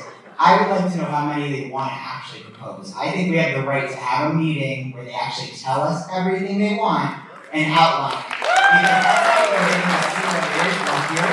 There was no opening statement of what the plan was. When we had a meeting, I don't know how many years ago it was, but they wanted to build out like 70. They at least talked about it and said how many units they wanted. They had 3D models on a picture. We at least had some information. There hasn't really been any information on this. So I'm asking as a resident, we have another meeting where the proposal is given to us, and we have an idea to vote on this as taxpayers. It's only fair. It's our town.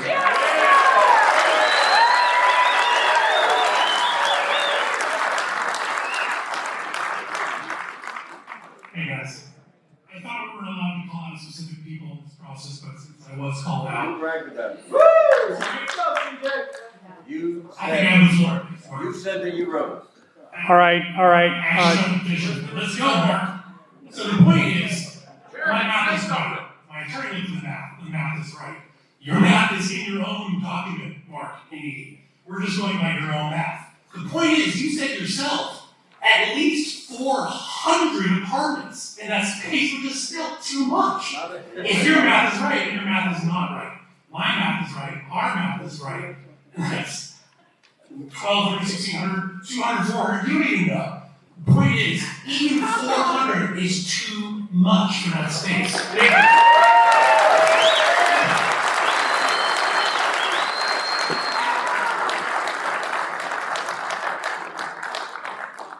Hello, my name is Jason O'Shea. I haven't lived here as long as some of you apparently. I've lived here a little under 2 years. But I do have 2 young children in the school system. In the short time that we have lived here, we've developed a very strong appreciation for the school system that we do have. And so when I first heard of this overlay, the main thing that comes to mind, whether this is selfish or not, is how does this impact me? How does this impact my family and schools is really the main thing that stands out. So in an effort to educate myself, I went to the website. I came upon a realities and perceptions document, and I encourage you all to take a look at that if you haven't. But in that document, there's a section on the schools that I suppose was supposed to provide me with some solace. But to be honest, it didn't. I don't mean this in a disrespectful way. I'm just going to read the first data point that was provided. That the number of children in town decreased by 17% from 2010 to 2020. I don't know what that does for me, considering it's 2025. So has that trend continued? No.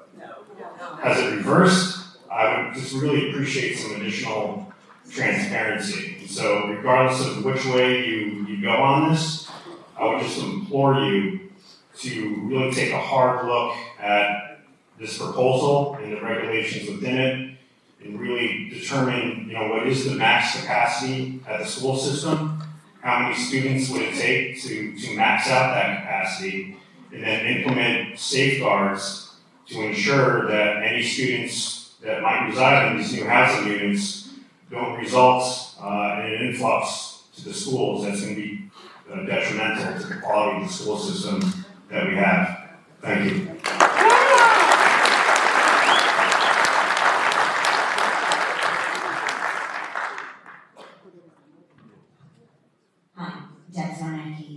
Former member of the Halter Overlay for about 4 years. I was on the commission. The one thing that stuck in my mind for the 4 years that I was on the committee was what the Yale design remarks was regarding this town is between 2 rivers. That was just very impactful to me. And to think about at least 200 units. If you drive anywhere 95 north, south, you're going to see 200 units or more, and how huge they are.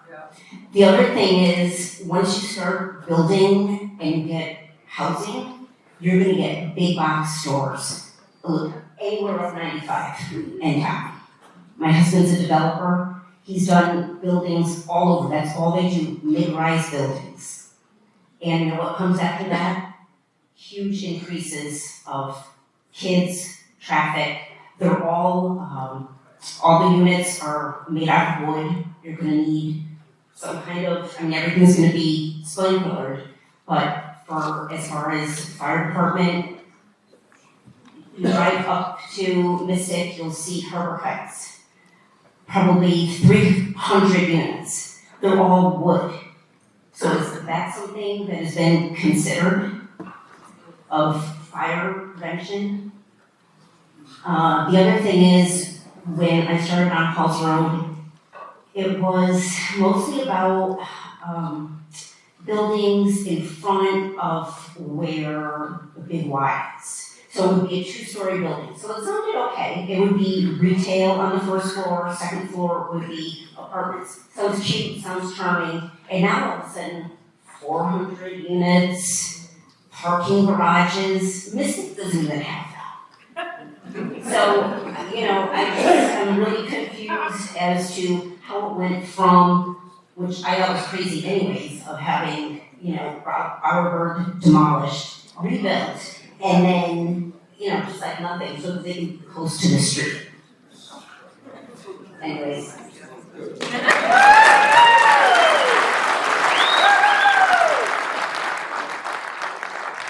Okay, I'm back. That was great before, but now I'm not. With everything going on, man, you guys cannot go forward with this, or you have to vote on this without giving us more information. And one of the words I want you to use for that information is transparency. Give us, if that gentleman is wrong, it's only be 400 or 200, show us, tell us. But right now, what we're seeing, that's not true. So tell us that, no, it's not going to be, it's already been a mistake, or not a mistake, or it made it look like that, whatever. Transparency, just tell us what you really want, or what this gentleman wants, or what the developer wants. And then let it go to a vote. But you can't vote on this with all this going on and say yes. You can't do that.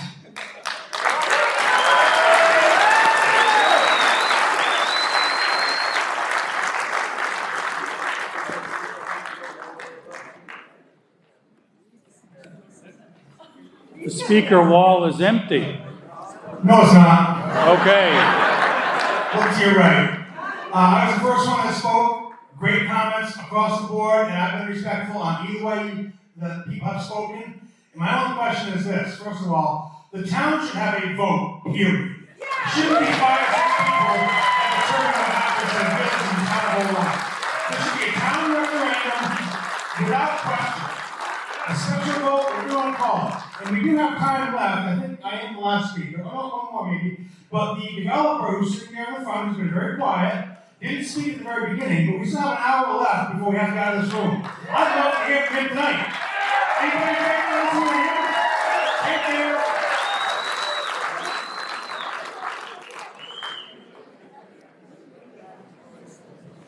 Hi, my name's Jack Hine. Went to school here, 55 years. Don't like to speak in front of people. But I feel strongly that everybody's lost their focus here. I think we're really trying to just say, do we allow this possibility in our playbook, right? We just want to know, is this even possible to dream that maybe it would look a little different in the future? The building that's there now, where the highway is, it has been there all my lifetime since I've been in town, and that foundation has been there all my life. And, I have brothers with disabilities that are close to retirement. Wouldn't it be nice to have an affordable place for them to live, and maybe I could visit them when I went to go get a coffee or something, I would check in on them. It might be a nice possibility. Is this a reality? No, it's not a reality. It's a schematic drawing that some architect has pulled out of his head. It's still going to have to go in front of a planning and zoning board at some point, and there will be plenty of opportunity for this.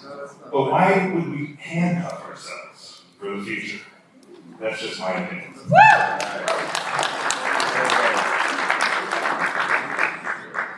Just very briefly, because of us having to close the doors for safety, we closed the doors on about 100 people, and I even almost gave up on parking and parking legally.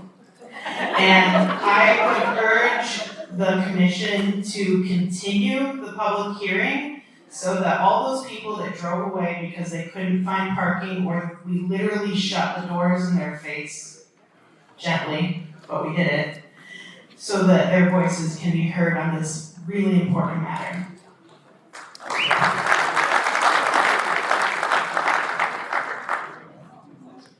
Hi, Sean Mastriani, 144 Neck Road. I first want to start with, if we can't handle this crowd, and we can't allow everybody to have voices tonight, and we shut the doors on people, how are we going to manage this project? How are we going to manage everybody that's going to be coming into our town?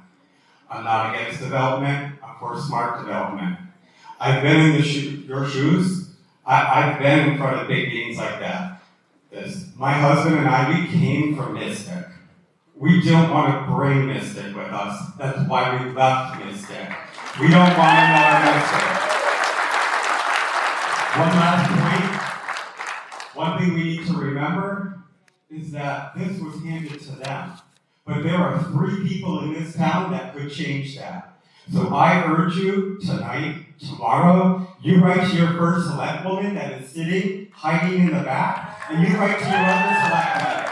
And remember what they decide, you vote on it in November. Thank you.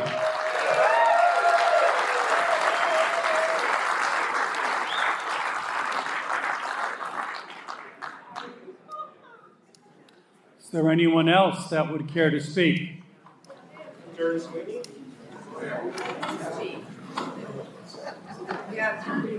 from the lawyer. Yeah.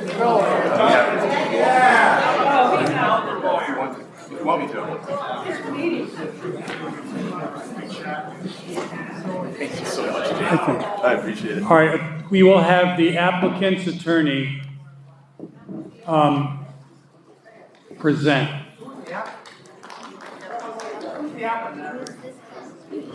Attorney Sweeney. Thank you very much, Mr. Chairman.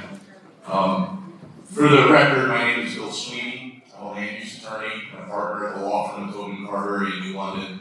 I'm not a developer. I'm actually a practicing attorney here in the state of Connecticut, and I want to appreciate the opportunity to appear before you again tonight. This evening is obviously the continuation of a hearing that started back in January, and that was a very lengthy meeting in and of itself. I provided a substantial background on the work of the Halls Road Improvement Committee, who I represent. I confirmed the consistency of the proposed application to your plan of conservation and development and your comprehensive plan. And I reviewed the actual text of the Halls Road overlay regulation, literally section by section, with the commission at that time. And at the conclusion of that hearing, after we had public comment, not from 550 or 600 people, but there were probably 20 or 30 people at that hearing, the commission actually requested us to propose possible modifications to the proposal for consideration. As you're aware, when you review a zoning text amendment, this is not a special permit, this is not a site plan, this is a zoning text amendment. Like the one before you tonight, you sit in your legislative capacity, and you have broad and sweeping discretion in your review of these types of applications. You have the ability to approve it as submitted. You have the ability to deny it outright. You also, I think this is really important because I heard a lot tonight about things people like but don't like about this proposal. You also have the ability to even modify a proposal as well. And so we did provide back in the end of February some possible modifications for your consideration. I'm happy to go through those with you later tonight if there's time allows and the commission would like me to do that. But really what I'd like to do tonight, with the time that I have, is really due to the passage of time between the last hearing in January and all the fact that we have all these new people here who weren't there in January and didn't hear my presentation, I'd like to just recap the Halls Road Overlay District regulation, its purpose, its major components, and I would like to try to address some of the concerns, which in many cases are legitimate, that have been raised tonight with the proposal. My intention is to try to be brief, and if there's any time left over, I'd be happy to return the balance to the commissioner and the public. I've been working with the Halls Road Improvement Committee since 2022. And when I was brought in, I certainly had no idea I'd be here in 2025. It must be reiterated, and I know I made this point back in January, that the document that was submitted is not my work. It's not the work of the developer, but it's based on the input of dozens of volunteers who have spent time on the Halls Road Improvement Committee. It is the product of citizen input, property and business owner input, and other key community stakeholders. I helped shape it, I helped refine it. That's quite frankly this commission did in a previous application a couple of years ago. But the proposal before you really is a grassroots effort that came out of the community itself.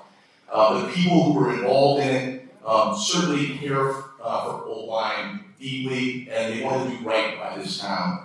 The proposal before you, as I said, has been reviewed by multiple town agencies and officials. They can revise and rework. I can tell you, I've probably seen 12 different versions at least of this proposal since I started working on it 3 years ago. And it's received unanimous favorable recommendation to this zoning board from your planning commission.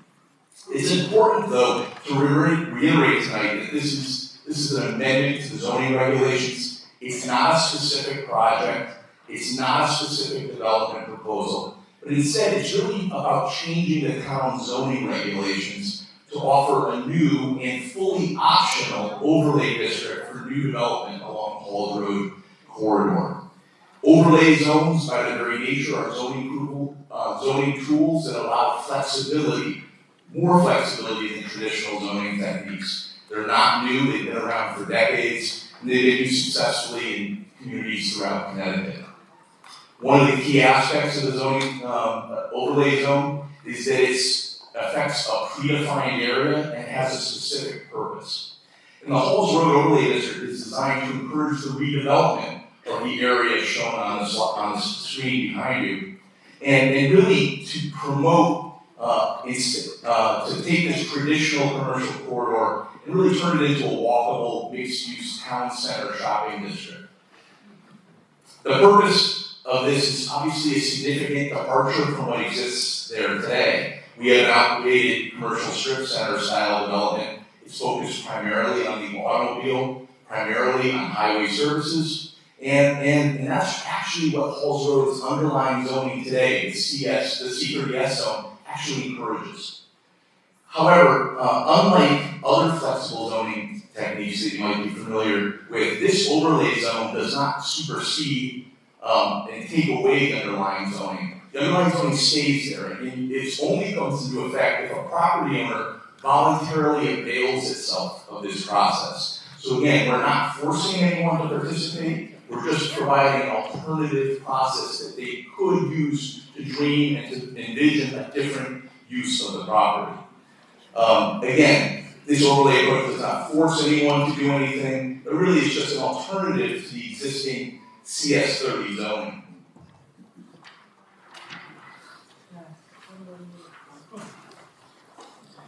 The existing zoning of Halls Road is something we didn't talk about a lot in January, but I think it's really important for your deliberations. As I mentioned before, the Halls Road corridor is in the C30S zoning district. That's an older general commercial zoning district. It's similar to general commercial districts that are literally, you can find throughout the state of Connecticut on old commercial corridors in almost every town and city in this state. It allows a wide variety of commercial uses right now, retail, service, all set back far from Halls Road. It allows a variety of businesses catering to cars like gas stations and auto repair. And it has some other odd uses too, like funeral homes, boat library, and even adult entertainment uses if you meet all the other requirements of your regulations. More importantly though, there are no architectural design standards whatsoever affecting this district today. There's no required pedestrian interconnections between different uses or lots. There's nothing in the regulations that exist today that requires the development of any sense of state of place, other than a place to drive your car to and park to visit and frequent these businesses. This overlay zone approach really is intended to incentivize property owners to develop their properties in a fashion that the Halls Road Improvements Committee believes that will actually bring positive change to the corridor and create an aesthetic that will actually be a plus to the community. The Halls Road Overlay District Regulations is a 12-page document. However, it can be distilled really into 4 major sections. So rather than going through every section tonight, I just want to hit on the 4 main points. And that is the qualifying project, the design review process, which I really haven't heard about a lot tonight, permitted uses and development standards. And the qualifying project is really the key eligibility requirement to take advantage of the overlay regulations. A qualifying project can only be approved by a special permit granted by this commission. And as you know, a special permit triggers a public hearing where the members of the public can be involved. And that qualifying project must consist of a customer-facing first floor commercial use that must be built immediately adjacent to Halls Road. And it must be of sufficient size and depth to create a viable and active street frontage that will lead to a pedestrian-friendly shopping district along Halls Road. Additional uses, including residential uses, may be constructed above or behind that qualifying project. But the concept here is you must do the commercial first floor customer-facing use first to be eligible to add additional uses, including residential. The second major component of the regulation is the design review component. And this is where any new development seeking to be approved under the overlay district must submit their plans to a design review committee. It must demonstrate compliance with specific design guidelines that have been developed alongside these overlay regulations. These design guidelines are intended to ensure the mass, the scale, the exterior treatments and materials of proposed buildings honor the character of Old Lyme and draw from a palette of existing architectural examples that we've actually provided in those design guidelines. All the new uses in the overlay district, whether they're qualifying projects or additional development, are permitted only by special permit. Again, only granted by this commission after a public hearing, which is the most rigorous level of review you have in your toolbox of zoning. There are a variety of retail, food and beverage, arts and entertainment, service, office, and public uses that are permitted in the overlay zone, as well as residential use.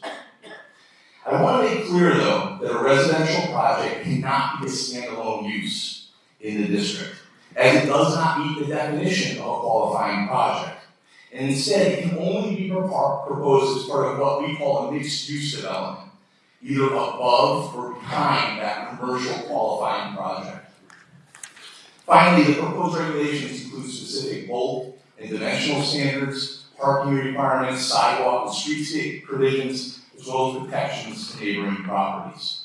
And the purpose of these standards is to grant flexibility in design, to allow people to envision something different than the zoning regulations typically allow, but still ensuring a pedestrian-friendly mixed-use shopping village, more like a town center and less like a series of strip malls with disconnected parking lots. That's a very high-level summary of the regulation that has been proposed, and I haven't done justice by giving that, but I want to make sure that people that haven't heard about it before have an idea of what it is that we're proposing. The other item I really want to touch on tonight is just is before I potentially review any of the possible modifications, there are some of the voices that have been raised since the January meeting. And again tonight, there are many common themes that I've heard, and I've read all the letters that have been submitted, so I'm familiar with it both pro and against. And I would just say at the outset, I work in towns throughout the state of Connecticut. I do this is my living. Probably 90% of my work is doing land use and zoning. And I can tell you, there are towns that I go to where there is no crowd, there are no concerned neighbors, nobody even shows up for the normal meeting. They're just not interested. They're not invested in the community. And I know there's people, a lot of people here tonight who are either opposed or have serious concerns about the proposal. But I think to have vigorous debate and disagreement on such issues is not a bad thing. It's actually a really good thing. It shows that you care about your town. There's a lot of towns that don't have anybody who cares about what's going on in it.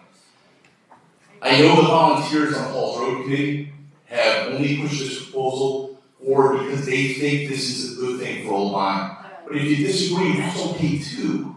But at the end of the day, our laws, our Connecticut general statutes empower this commission, you and you only, to make the decision on what's best for the town of Old Lyme. That's what the law says, and that's how it has to be decided. Now, it would be impossible for me to respond to every issue I've heard tonight or every letter I've read, but I want to touch on a couple themes, just give you a meaningful response to them because I think it's deserved. First and foremost, I think there's a legitimate concern with the provision for multifamily residential development, particularly at higher densities. And as I mentioned before, standalone residential development is not permitted in the overlay district. It must be part of a mixed-use development above or behind a qualifying project. Your town plan of conservation development clearly advocates a need that needs to be met for a diversification of housing types in this community. New multifamily residential options for both existing and new residents, particularly for the young and the old. There's also a pressing need in this community for affordable housing. And I think this overlay district, based on comments that this commission made in our workshop process, includes that requirement as well. Now, a percentage of new housing units must be designated as affordable. One misconception that exists, though, is the concern that this new allowance for housing opens up the possibility of hundreds upon hundreds of units being developed. The regulation as initially presented puts a cap on density of 40 units per acre.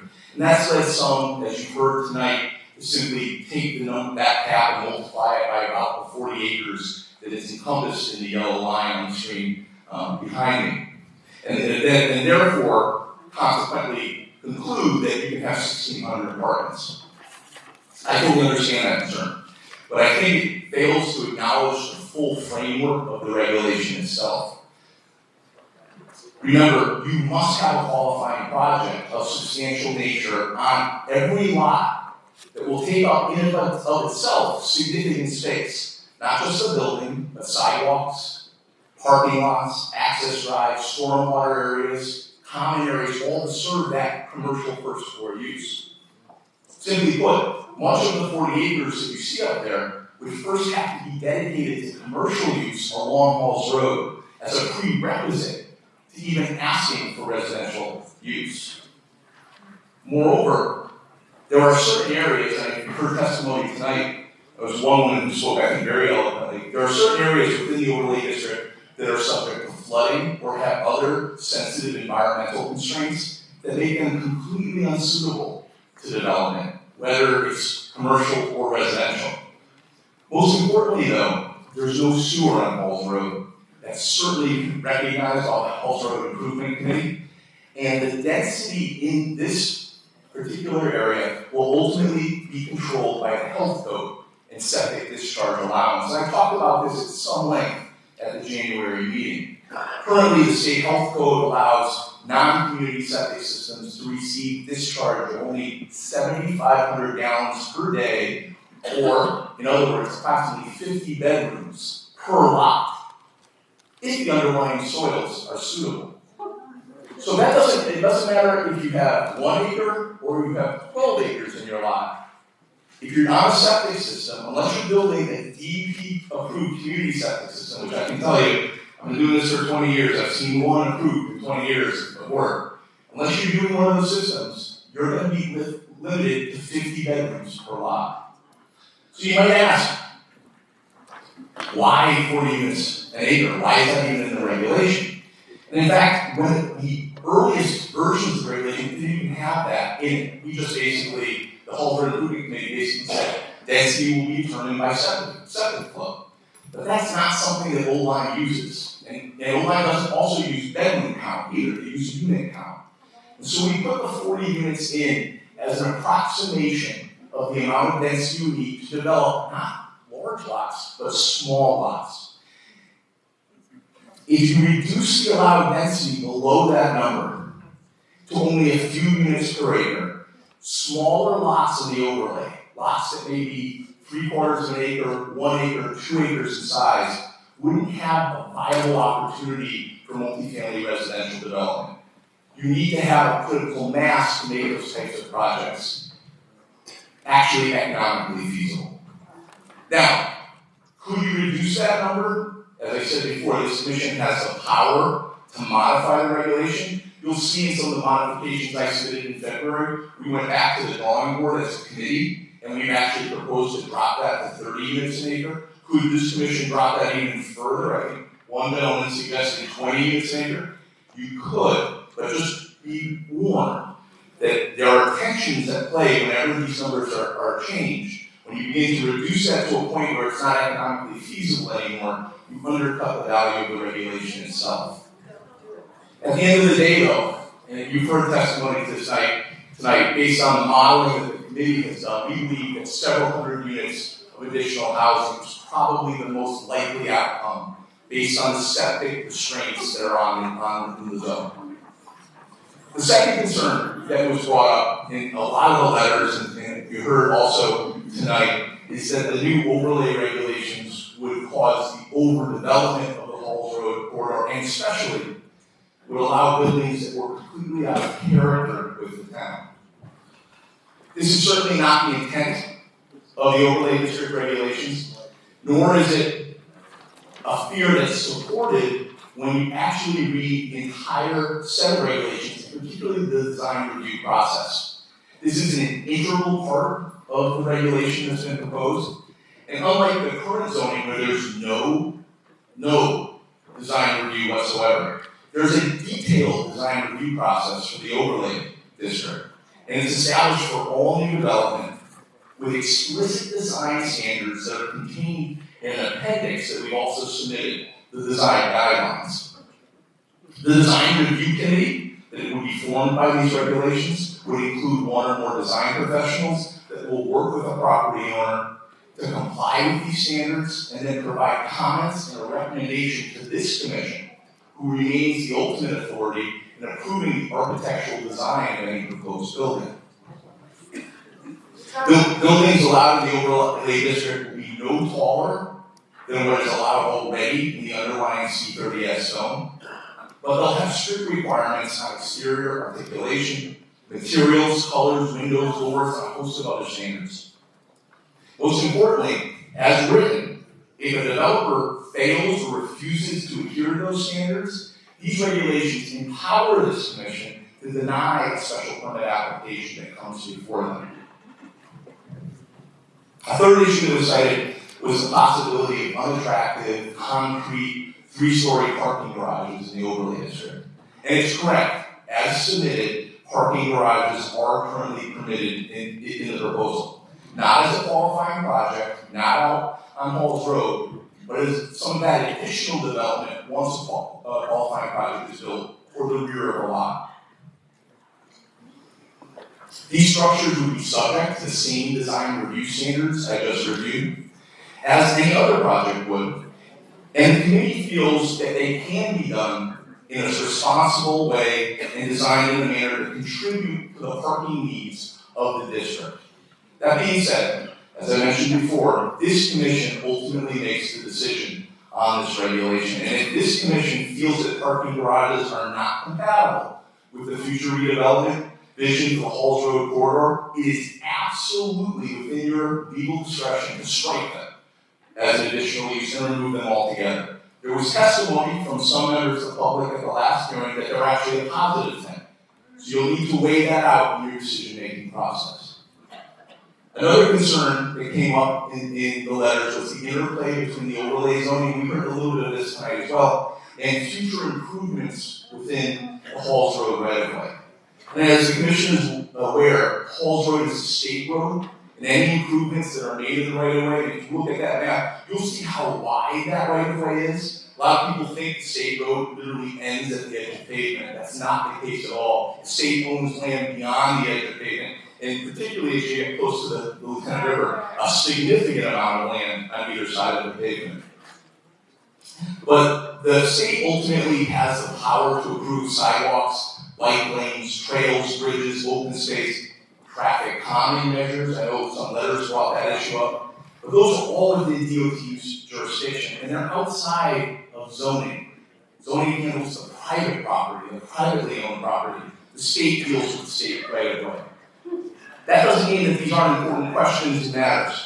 And I know the Halls Road Committee has been working for a very long time on addressing these infrastructure issues and most importantly, trying to locate funding to address them. This work doesn't happen for free. But this, again, is outside of the zoning process. I would submit to you that the committee believes that some type of rezoning, whether it's this overlay district or something else that you may come up with, would show a commitment to redevelopment of the corridor and would aid efforts to secure grants to fund some of those improvements. A fifth concern that was raised was environmental impact. We heard it again tonight as well. Especially considering, as you can see on the map, that the Lieutenant River actually runs through the overlay district. There certainly are tidal wetlands and other sensitive resource areas along that corridor. This is all absolutely true. We're well aware of it. But I would remind the Commission that these same areas, the same areas that people are pointing out tonight, are currently zoned C30S, the general 1970s style general business district. And that's just general commercial zoning with no additional special protections whatsoever. Development under the overlay district regulations is much more significantly controlled. It's much more regulated than a C30S district. And in the text of our regulation, we explicitly make clear that such development is subject to all coastal, tidal wetland, flood hazard, and the gateway conservation requirements within your zoning regulations. Bottom line is, you can't develop those sensitive areas today, and you're not going to be able to develop them under the overlay. It doesn't matter at the end of the day. Those areas are going to be protected. And you have to show and prove to this commission through the special permit process that you won't pollute them, that you won't degrade them, that you won't hurt them in your development scheme. There was also a voice of concern regarding what might happen to local business as a result of the zoning change. Zoning doesn't typically involve itself with occupants or tenants, but the concept behind this amendment is to encourage reinvestment in the Halls Road corridor, provide a more vibrant and active mixed-use shopping district where people can live, work, play, and shop all in the same place. The committee envisions a mix of both existing and different businesses in both rehabilitated buildings and brand new buildings, new tenant spaces for existing businesses and new businesses, new customers, fresh energy, a place where both residents and visitors will want to come to and enjoy. And that should be something that existing business owners should welcome and not fear.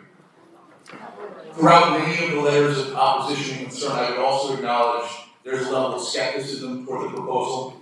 It's certainly different than what exists today. It's a completely different kind of regulation than the C30S.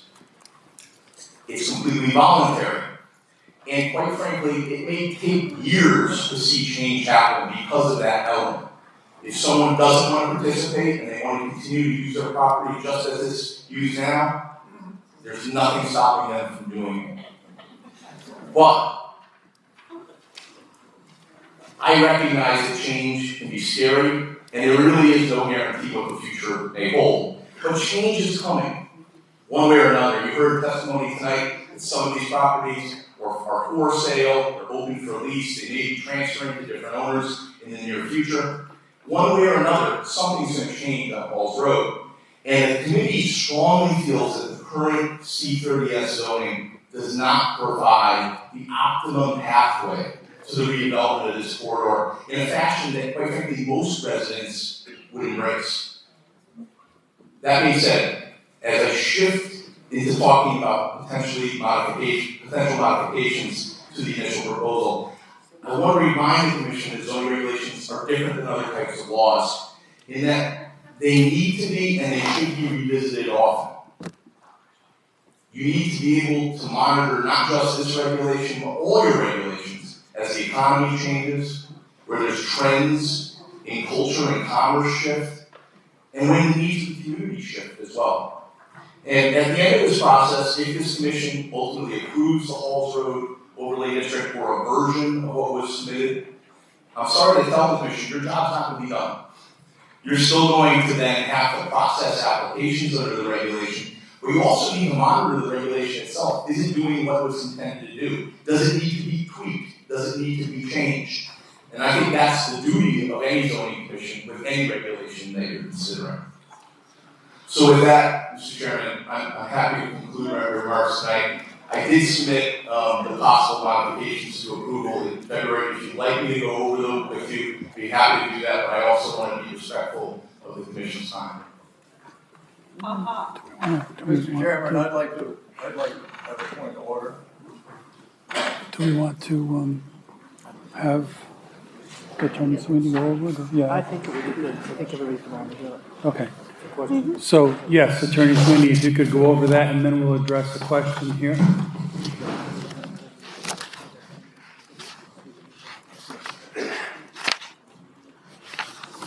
So in late February, in response to the specific direction of the Commission at the January 13th public hearing on this matter, I prepared some possible modifications for consideration. They're not amendments to our proposal. They're not amendments to our proposal because ultimately you get to decide whether to approve as submitted, deny, or approve with modifications. And so what I've done is put forward some modifications for your consideration. You may want to accept some of these modifications, you may want to reject them outright, or you may want to tweak them even further. You may want to add some additional ones too, based on some of the comments that you received tonight. First is a logistical one, just the numbering. We want to make sure that the numbering is consistent. So that's just a bookkeeping change, but you'll have to look. I believe there's a moratoria regulation that you may have passed over self-storage that maybe conflicts with the numbers that we use. So we want to make sure that that's corrected. Under section 5.14.3, the Commission expressed some concern about the lack of clear, explicit rules for landscaping and for lighting within the regulation. What I try to do, we don't need to recreate things that we're not seeking to supersede. So I tried to change some of the language in 5.14.3 to make clear that if the Halls Road Overlay District regulations doesn't address something, it doesn't supersede something that's in the regulation. So your lighting standards, your landscaping and parking lot standards say you don't have to bootstrap and belt and suspender regulation. I don't want to make this regulation any longer than it already is. And I think the changes made here address some of the concerns on that issue. In section 5.14.4.3, I think perhaps I could be forgetting on Commissioner Marsh had expressed the concern that setbacks under your regulations are never used in a minimum. They're always used sort of as a maximum. And so what we try to do, I try to change that language to qualifying project structure. The original regulation basically said that the setback from Halls Road could only be a maximum of 15 feet.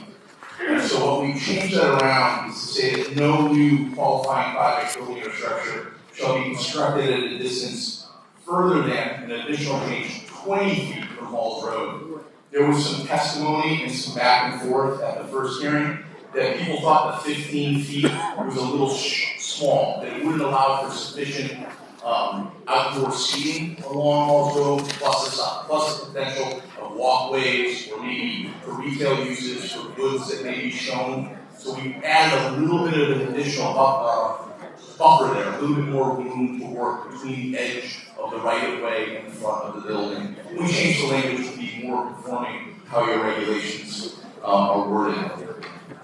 section B of that section as well, we have the section about qualifying projects. We also have what's not a qualifying project. So there's a list of things which don't qualify as a qualifying project. So again, multifamily residential you can't have on the first floor, fronting on Halls Road. We have a whole list. One of the things that the commission had asked for clarification on was business and professional offices are allowed on that first floor basis. Our intent was that we want them to be active spaces. We want people to be able to go into them. So what we just did is clarify that you can't have a business or professional office that's closed to the general public.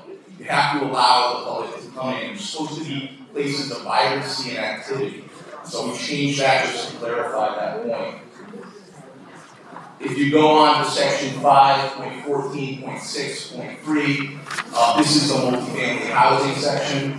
You'll see that we, at the request of the commission to look at the issue, reduce the density proposal from 40. Ladies and gentlemen, if we could please respect the speaker. There's a lot of chatter that's a little bit disrespectful. Thank you. And if you're leaving, please, could you leave in silence? Thank you.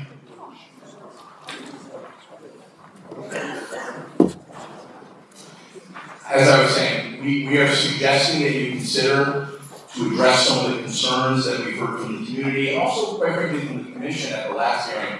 We did reduce the density of multifamily dwelling units to 30 per acre. Could that be reduced even less? Yes, but again, I caution the commission that reduction of it less will have an impact on small lots in that zone. If you can think about it this way, a 1 or 2 acre parcel may only be limited to a handful of units. If that number gets too low, it may be not viable economically to do it. So we'd still like to keep that to protect the ability to do residential on smaller lots in the district. Again, we defer to the commission in their best judgment on that point. I also did ask, I think one of the gentlemen at the end of the table asked me to insert something to be clear that the affordability restrictions are consistent with the definition of affordable housing as contained within the Connecticut General Statutes to make sure that any affordable units that are built there actually count toward the threshold for CPS 8-30G appeals. So you wanted to make sure that that was covered. We've done that here as well. We did take another look at your request at the affordability issue, whether that should be higher or should be deeper. When I say deeper, for less than 80%. I said my testimony back in January was the cost of housing starts and construction at this point is so high that these units, 80% units, you break even on, and 60% AMI units you lose money on. I can tell you, if I work in this field, you're losing money on all of them at this point because of the cost of housing starts. So we're still happy to keep it, but we would urge the commission to keep it at 10% of new housing units to be affordable at 80% of AMI. I also clarified the issue of being open to the general public in the multiple use section under 514.6.4, just so we're consistent through the regulation. In the table 514A, which is the bulk standards, I changed the language about the maximum distance from Halls Road to qualifying projects to be more consistent with the nomenclature you use. We also added something that I think is, quite frankly, maybe one of the biggest changes, and it really hasn't been discussed, but we had a requirement in the original regulations that qualifying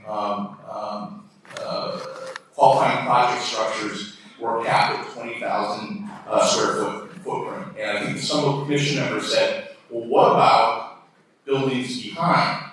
What about buildings at the rear? What is their max footprint? Because I think there was a concern about things like big boxes and stuff like that. It could potentially go there. So the committee thought long and hard about it. We went through it and ran some scenarios. And what we're proposing now in the whole table is the maximum building footprint for both qualifying projects and non-qualifying project structures is 20,000 square feet. So there are no big boxes allowed under the overlay. It really is much smaller buildings than would be allowed. So we put that additional restriction in. And quite frankly, if you remove parking garages from it, it's going to be almost impossible to build a 20,000 square foot parking garage. It's just not going to be economically viable. So we assume that that's something that you may want to look at with these new standards. Another reason why you may want to take a look at that issue. Under 514.11, there were a couple of residents who showed up at the January 13th hearing that were concerned about the impact of development in the zone to their single-family residential properties that abut the zone. And so we took the noise hours of operation section and we expanded it to include a residential buffer requirement. So now the commission has the ability to require a vegetative buffer, fence, wall, or berm not less than 15 feet in width along any common boundary line with a lot used for a single-family dwelling. So it empowers the commission to provide a buffer at minimum of 15 feet to protect the privacy of adjacent neighbors. And then finally, under section 514.12, again, I think it was Commissioner Marsh, but I could be wrong, there was a concern that enterprising development attorneys, people like myself perhaps, might be able to try to seek variances of these requirements, and so I tightened that up. We already had a use variance restriction. We also have a restriction against the procedural requirements of the zoning. So you can ask for bulk and dimensional variances if you have a qualified hardship. I know the ZBA chair is probably in the back listening to this. So, but you cannot, under this regulation, vary the procedural requirements of the regulation or obviously the uses that are allowed. Again, this is just to be a starting point. It is suggestions for your deliberations. And I think that's what's really important. I expect that you'll want to tweak these. I know this commission fairly well. You're going to want to add things, you may want to delete things. But I gave this sort of starting point for you as you work through this, if you choose to approve the regulation with changes. With that, I want to thank you for your time tonight, and I yield back the remainder of my time. Thank you. Thank you, Attorney Sweeney. I think in the meantime, we have some additional speakers that have requested time, so let's please give our attention to the speakers. My name is Luelle Swanson, and I've lived on Duck River Lane for over 10 years. I've also lived around our great nation and around the world with different jobs I've held.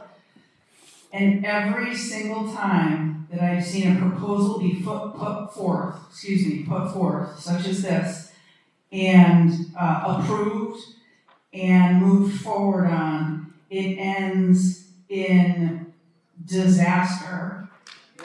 Yes, absolutely. So, by my best estimation, this is a pie-in-the-sky concept that isn't based in reality. Just the traffic implications alone, as well as sewage implications, etc., it just doesn't work. There are communities around us that have tried this. I applaud the gentleman that said, take a ride to Old Saybrook. I'd also implore folks to take a ride up Route 9, 20 minutes north of here. This is happening in Portland, Connecticut. And you have a community of very unhappy people that are already dealing with traffic overload, and it's upsetting the whole community.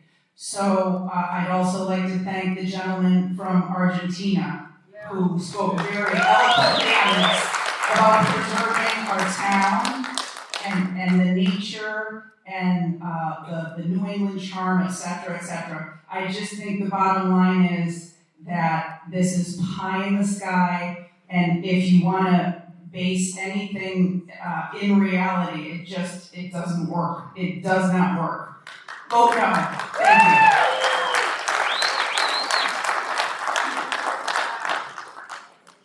Thank you for the opportunity again to speak. I came tonight not intending to speak, but as I'm sitting here and thinking about it, more and more comes to mind.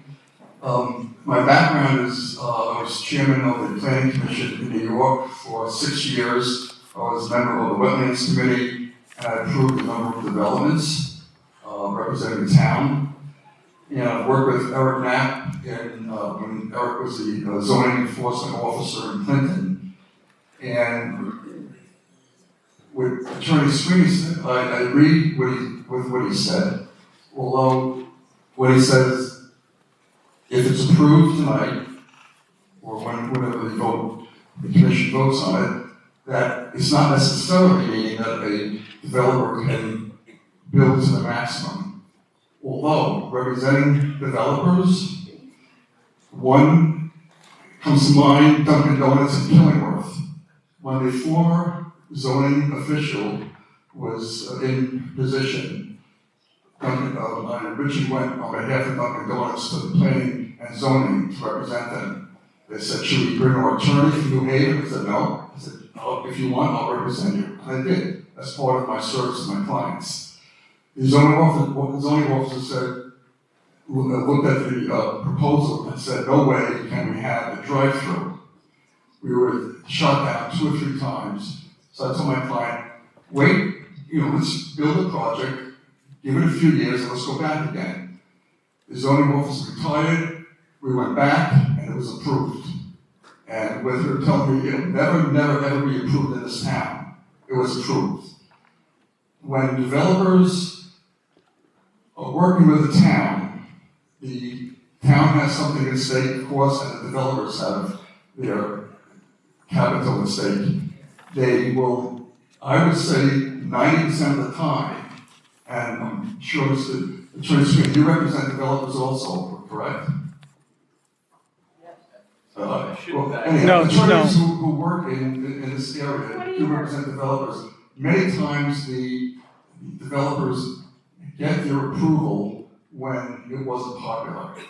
There's a project close by, I'm not going to identify it, not in this town, where the wetlands regulations say you can't build within 100 feet of wetlands. When the project was finally done, they built within 20 feet of wetlands. And everyone said, no, it can't be done. The zoning officer said it couldn't be done. In the end, it was done. So there are many ways that a developer can get what they want. If they don't think you can sue the town, a lot of towns they don't want to put up with a lawsuit, obviously, so they cave in. When I go to towns like I did with Eric and Oline and Clinton, Attorney Sweeney said, it's not necessarily, if you approve this, it's not necessarily a foregone conclusion. But if you look at the zoning regs and you follow the columns, if it's approved on the zoning reg, even with a special permit or a special exception, many or most of the times I've gotten them approved. It's merely, I don't want to say rubber stamp, but it's merely if it's within the zoning and there's a special contingency, if it's reasonable, zoning will approve it, because I've gotten it approved many times.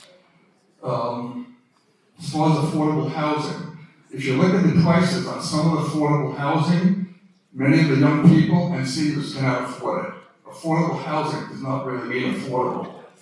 You're spending $2,500 to $3,000 to $3,500.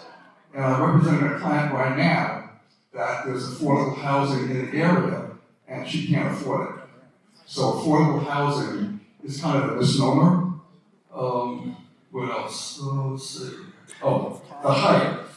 The height of a building in most of these towns are 35 feet. Well, that's a 3-story building. And if it's in the zoning, you can build it.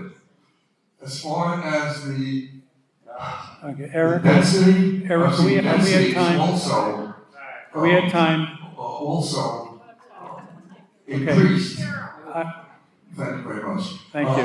What I'll do, in consideration of the commission, I'm going to prepare a booklet with maps and projects, and I'll submit it to the commission and so on.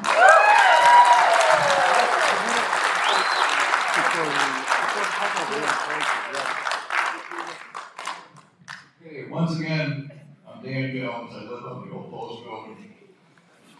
Yes, I got online events.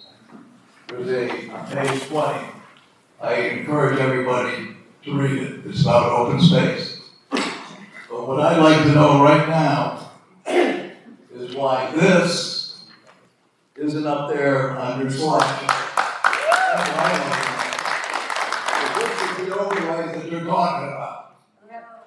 This is the overlay that you're talking about. That should be up there. We've been looking at it all night, that's not it. Is it?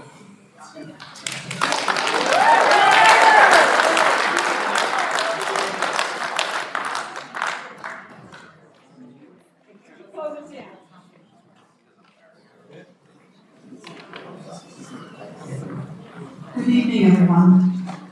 We walked in late, I'm so glad we came because an hour ago there were so many people here representing our age group. I'm Jean Briscoe. I live on 10 Cross Lane, Old Lyme, the little French house with its French sign on front and flowers. And I come to speak about the emotions behind this and the sentiment and the legacy that we're leaving and the voices that we have that need to be heard. Because I'm hearing, I worked in corporate America, I'm hearing a lot of corporate language, I'm hearing conformity. And I worked on Halls Road for 8 years. In the last 5 years I worked from home. Prior to that, I worked in Bill Wilbur's office behind Halls Road. So I worked in town for 12 years and loved it. Because, you know, I used to sit on the beach with the superintendent's wife, and we used to talk about Disney and how she loved downtown Disney. I could never understand it because there were rides and everything until I went there. Because you had the shoe store, you had this, like we have the owners of treasures we know and love. The Merrimans, the husband and wife, the vets. And everybody had a different feel to their business and a flavor. And we were all community. We had a storm, his sign washed down the road, right in the middle of the road, and I dragged it back to his office. We looked out for each other. And it concerns this conformity, like conformity is better. But I want to say we're really bright, educated people in this room, and we're passionate. We have feelings. I grew up in Saybrook, and I know the Mr. Evelhopper, who revitalized Main Street years ago. Still friends with the family, they all moved away now. My parents had a real estate business in Saybrook for 50 years. I'm a broker, but inactive. So I see, I'm speaking to the choir, and I need to be speaking over here because we need to be heard. And you're the gateway between the present and the future. And we hold the memories. Do you remember when Hallmark was on the corner of Halls Road? Yeah. We all go back to this. And every time you talk to someone how much they love their hometown, the people and the memories, we can't rob ourselves of this future. We can't rob our kids, our grandkids. It's unique on the shoreline. That's why everybody came out tonight. And we need to be heard. It's our hearts at stake. We're heartbroken with you being here and listening to this. We're heartbroken. Please help us.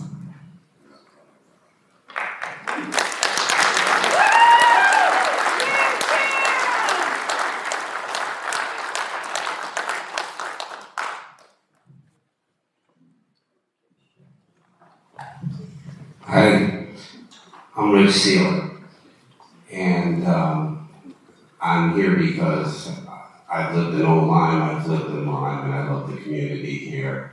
And I've lived in Connecticut my whole life, and I know there's people here from Connecticut, and there's people here that have moved from other states.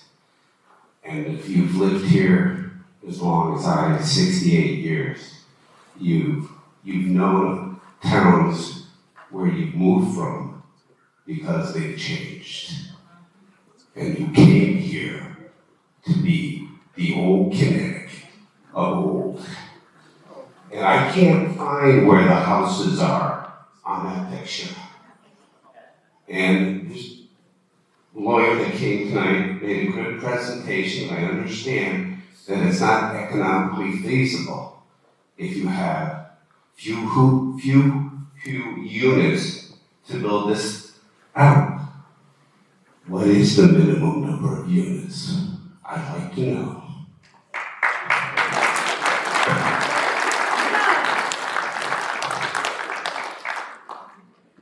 Okay. Do we have another speaker? I'm Hiram Mandel again, and just after listening to the attorney, I'm still very against this proposal. I heard him say that the buildings would be 20 feet back from Halls Road and up. That would completely change the dynamic of that street. And also, I was doing some math on this, and I have a little bit of knowledge about this. I have been involved with a potential project in Gunnison, Colorado, where there's a great need for housing. It's 88 acres. The senior partner on that developed 6,500 units for the Kennedy family, and also worked with 3 presidents, and brought together the people for the Camp David Peace Accord. He's a really smart guy. I've learned a little bit from him. This is a moneymaker for someone. I'm very fearful if you guys approve any of this, that someone's going to come in this money. It's a $150, $300 million project. And like the last few speakers spoke from their heart, you know, it would destroy this town. I grew up here. And, you know, please take time. Don't rush this. Please consider what you've heard from the people that are from here and live here and that care about this community. Thank you.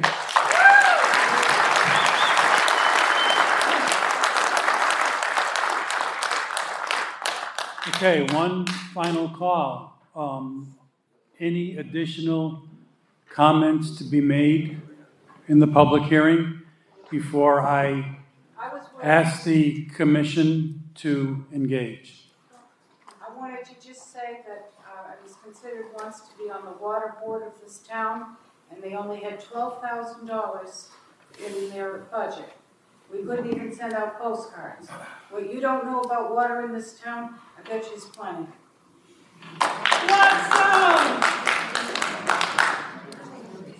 Okay, so if there's... 1 minute. I just think it's from one council to another. I'm not counsel for this, but it feels fair that there should be closing arguments by counsel in opposition.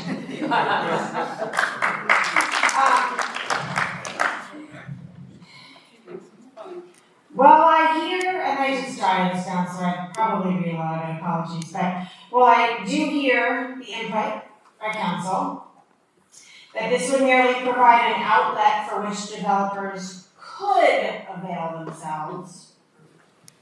Let's be honest, that the intent is to open a door which will be used. The intent is to use this door.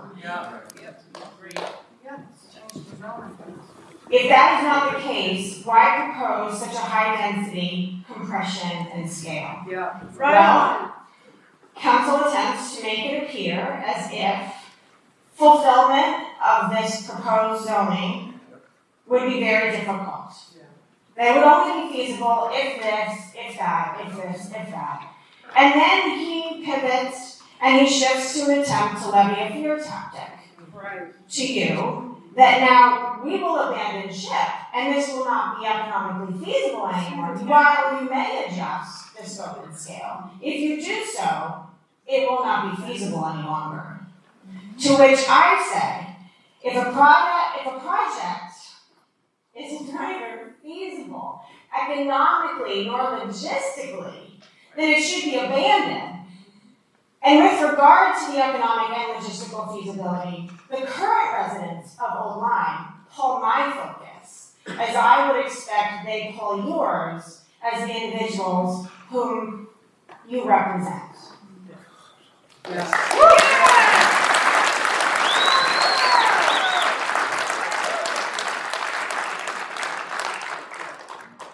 One final call. Vote no.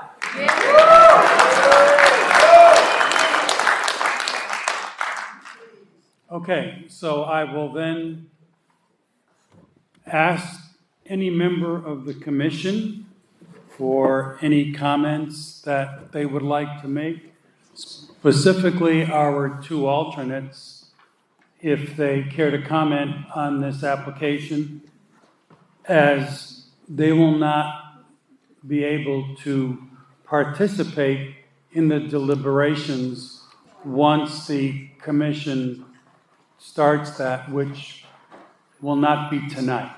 So, back to the commission. Mr. Chair? Yes, sir.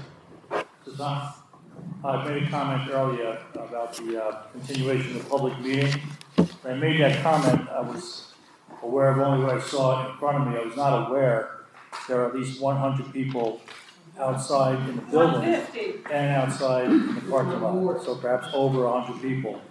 So I'm wondering now if the applicant would reconsider continuing the public meeting to allow every voice in this town that wants to be heard.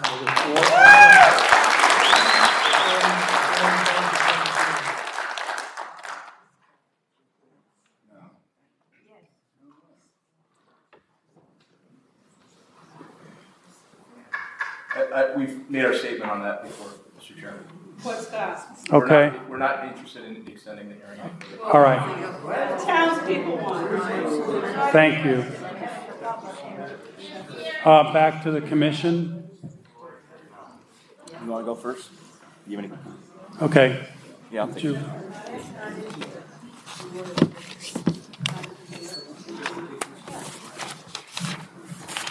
All right. For people that don't know, my name is Michael Barnes. I'm alternate here on the commission, and I just want to go through a couple of questions I have for you guys regarding the application. On the 10% affordable, was there any discussion about increasing that over 10%? I don't know. Were you guys taking a position on? Let me go to a microphone. Yeah.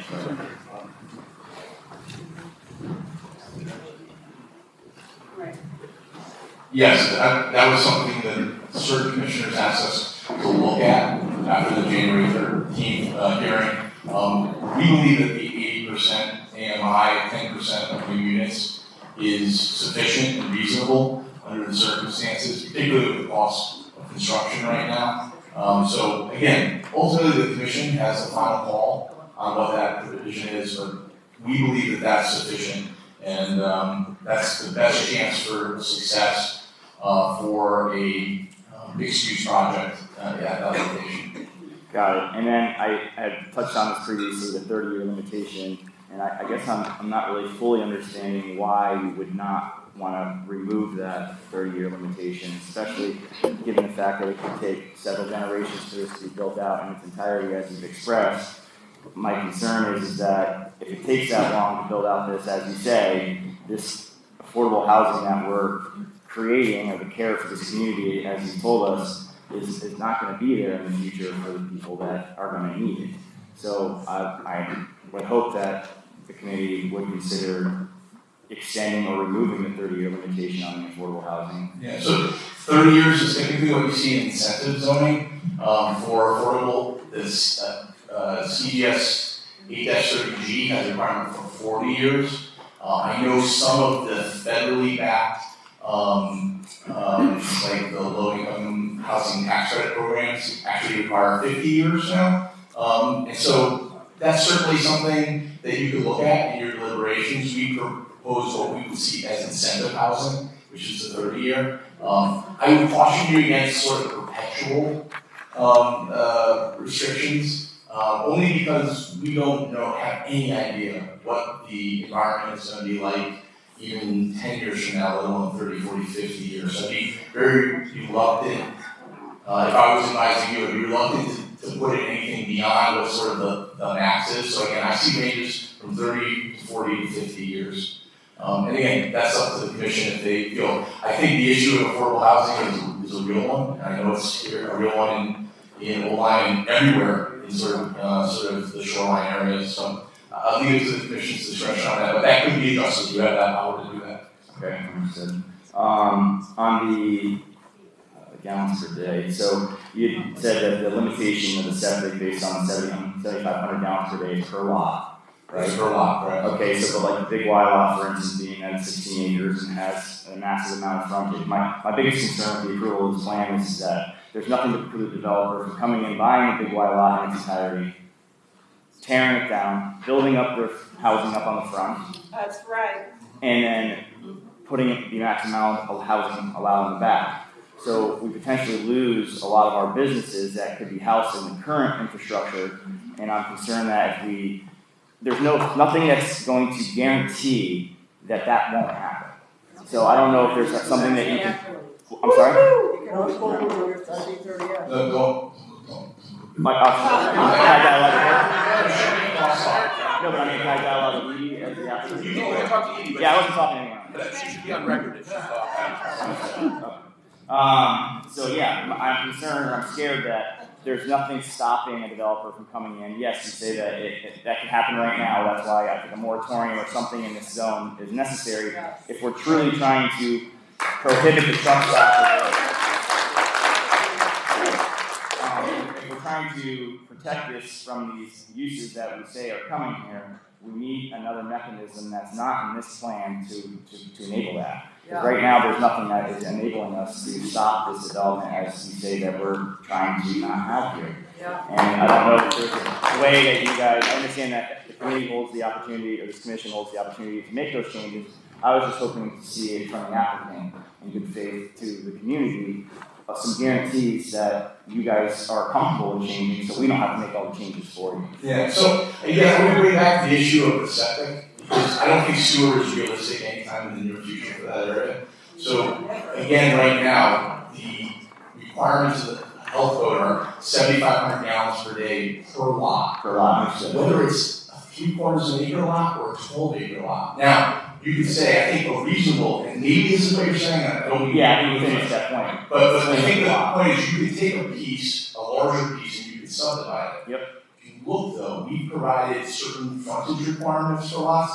We also have sort of the anti-workshop rule as well to prevent people from creating lots that have just a tiny bit of frontage and then having all this area in the back to do exactly what you're suggesting. So we put protections in the standards for qualifying projects to protect against that scenario. Remember, it's 7,500 gallons a day per lot, and each bedroom is 150 gallons. So that basically says on a lot you can have about 50 bedrooms. So if you can have 20-acre lot, it's 50 bedrooms if you have the septic. Understood, but there's provisions in this overlay that allow for combining septic system properties, and if I'm not mistaken, you guys can use off-site septic. There's nothing in the regulations for that at all.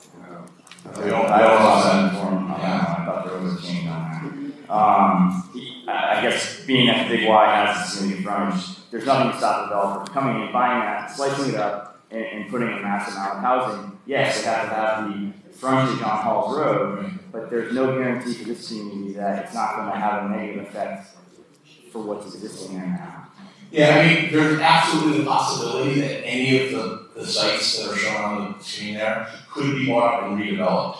And that could include the demolition of existing buildings and the replacement. But I would just remind you that you still have to have any of the additional uses, including residential, you still have to create that substantial first floor commercial customer facing space on Halls Road. So, and again, we have lot standards. There's only so much frontage on Halls Road, so there is a cap to that. Your concerns are well noted, and we can agree to disagree on it, but I think there are protections against what you're talking about, or the possible scenario you're seeing, because it's something that we were concerned about too. I know the Hall Road Committee didn't want to see somebody paying the regulation.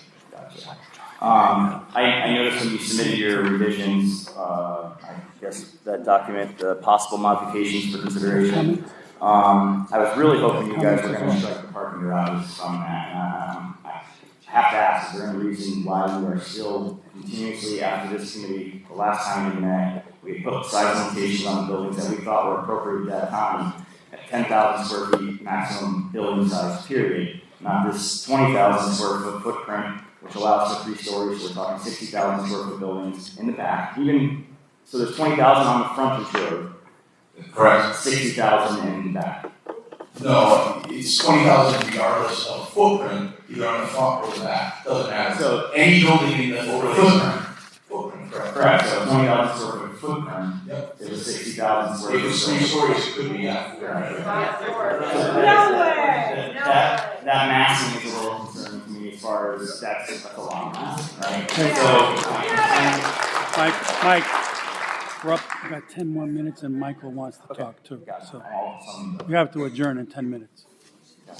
I'll just touch on it real quickly on the freestanding accessory structures, and I kind of touched on this last time, but I just want to get a little bit more clarity because this committee had a lot of discussions on storage units, and storage units are a use as other utility or accessory structures. Yeah, let me just pull it. Yeah, it's the 5.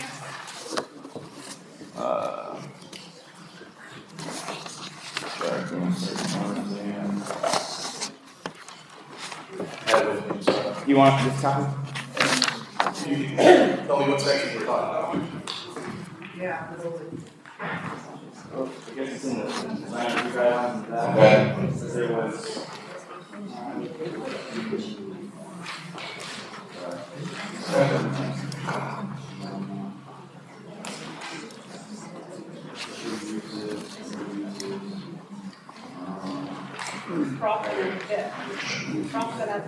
So, we're going to use the subject to site development plan, not commission. No, so, no, you would need to come to the commission under that section for a statement, this wouldn't be a special permit for accessory building. So the idea was, if you had, for instance, a qualifying project and you had some residential behind it, somebody wanted to put a small maintenance building or something, or a shed for garden care equipment or something like that, they still have to come to this commission for a site plan, it just doesn't need a full public hearing at that point. It's accessory. But there's no size limitation on that structure. No, but it has to be the definition of accessory structure, so it can't be the tail wagging the dog, it has to be customarily accessible. Yeah. Accessory is subordinate to the principal. So like pool place or a pool building or tennis courts or something that's in addition to the multifamily housing in the back. Yeah, that could potentially be allowed if it was accessory to the principal use that you had already approved, correct? So I guess I'm uncomfortable with no maximum accessory structure figure. That's a reasonable, I think that's a reasonable idea. I mean, it's something that hasn't come up before in discussions, but yeah, I mean, if you wanted to put some, like, no greater than 1,000 square feet or 1,200 square feet or something like that, yeah, I don't have any problem with that at all. I think that's a valuable addition. Okay. And Got 9 minutes. Yield my time to the rest. Okay.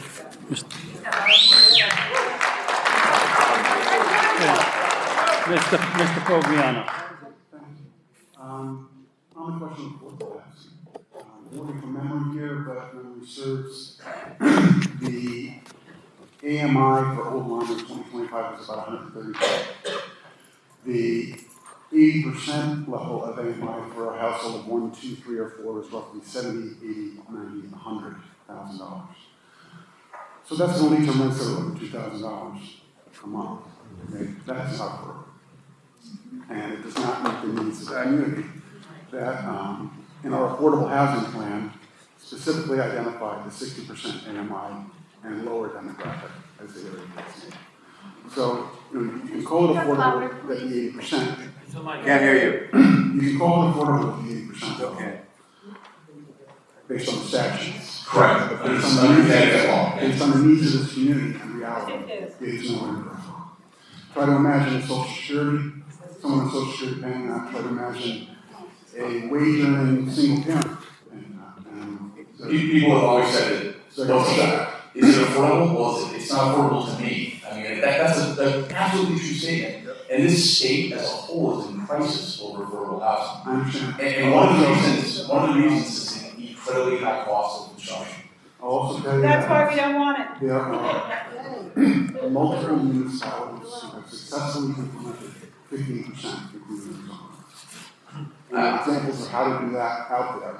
So I would agree with you on that statement. I'm just going to say, I'm going to summarize quickly on that one and just say that the affordable housing provision here is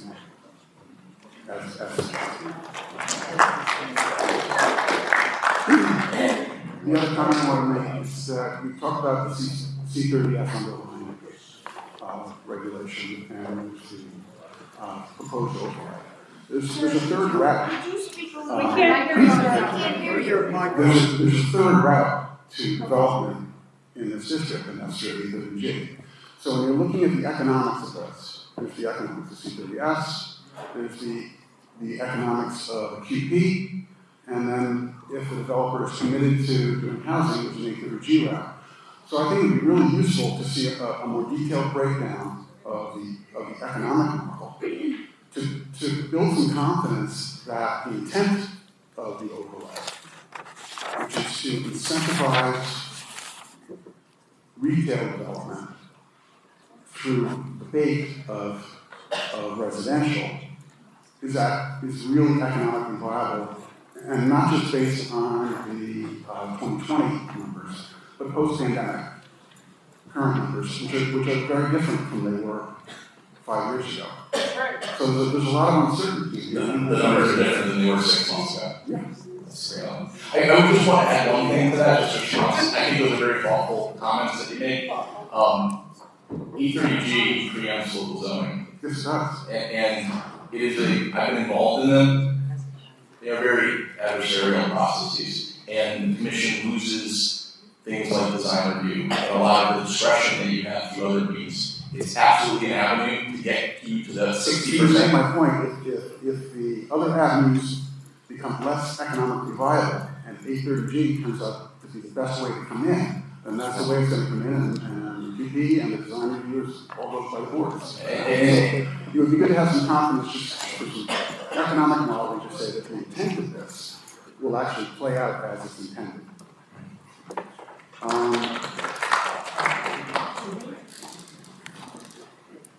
Time to vacate, 9:45. Yeah, I think I'll over this one. Okay. Thank you. Thank you, Attorney Sweeney. Thank you, Mr. Fogliano. Okay, then we are at the end of the comment section. Since there are no more folks who would like to make a comment, the applicant has indicated that they do not want to extend the public hearing. And based upon that fact, I will ask the commission for a motion to close the public hearing on the Halls Road improvement application. Is there a motion? Yes, understanding that we don't have any choice in the matter, I'm making a motion to close the public hearing. Okay. Can't hear you. We have Madam no choice. Secretary has indicated that since we have no choice but to close the public hearing, as the zoning commission cannot do this by state statute, it has to come from the applicant. She has motioned to close the public hearing. Is there a second? The applicant's a town, correct? She's being correct. No. Is there a second? Second. Second by Mary Jo. Mary Jo Nozel. Is there any discussion? I just have one question. There's a couple of things I'd like to make sure we put on the record, and they're technical. And one is somebody gave us some information on the USDA soil survey.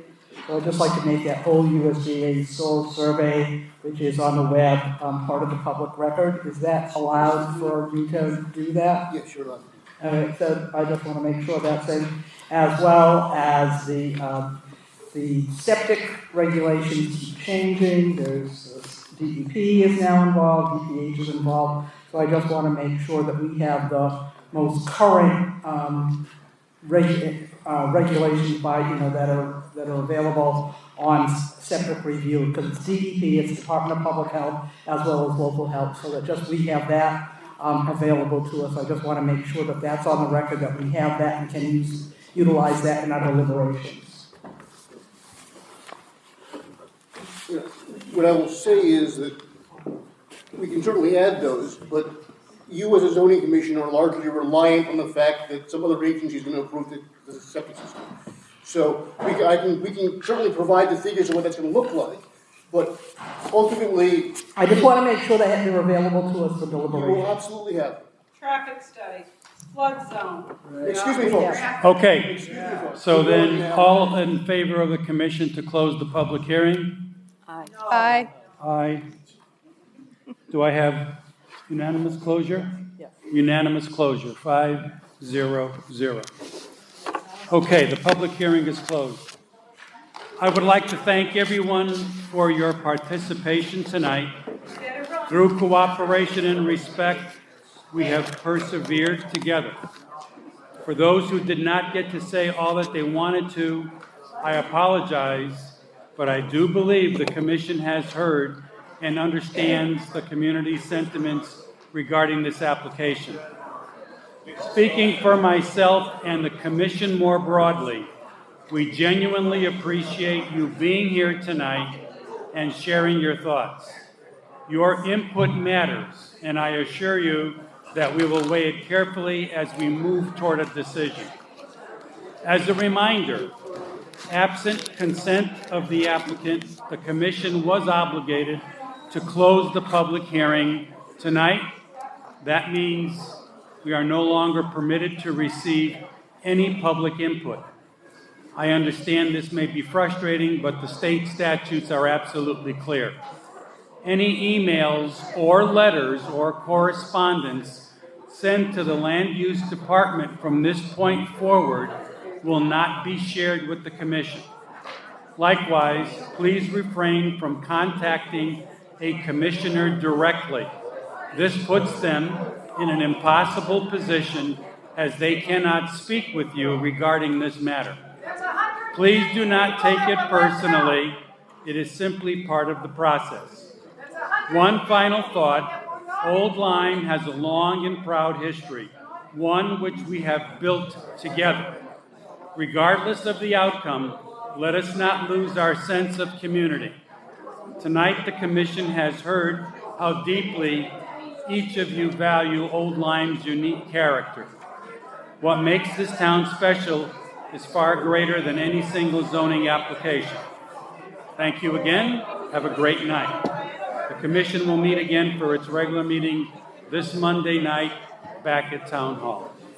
And I will take a motion to adjourn. Is there a motion to adjourn? So moved by Jane Marsh, seconded by Denise. All in favor? Aye. Aye. Thank you very much, Commissioner.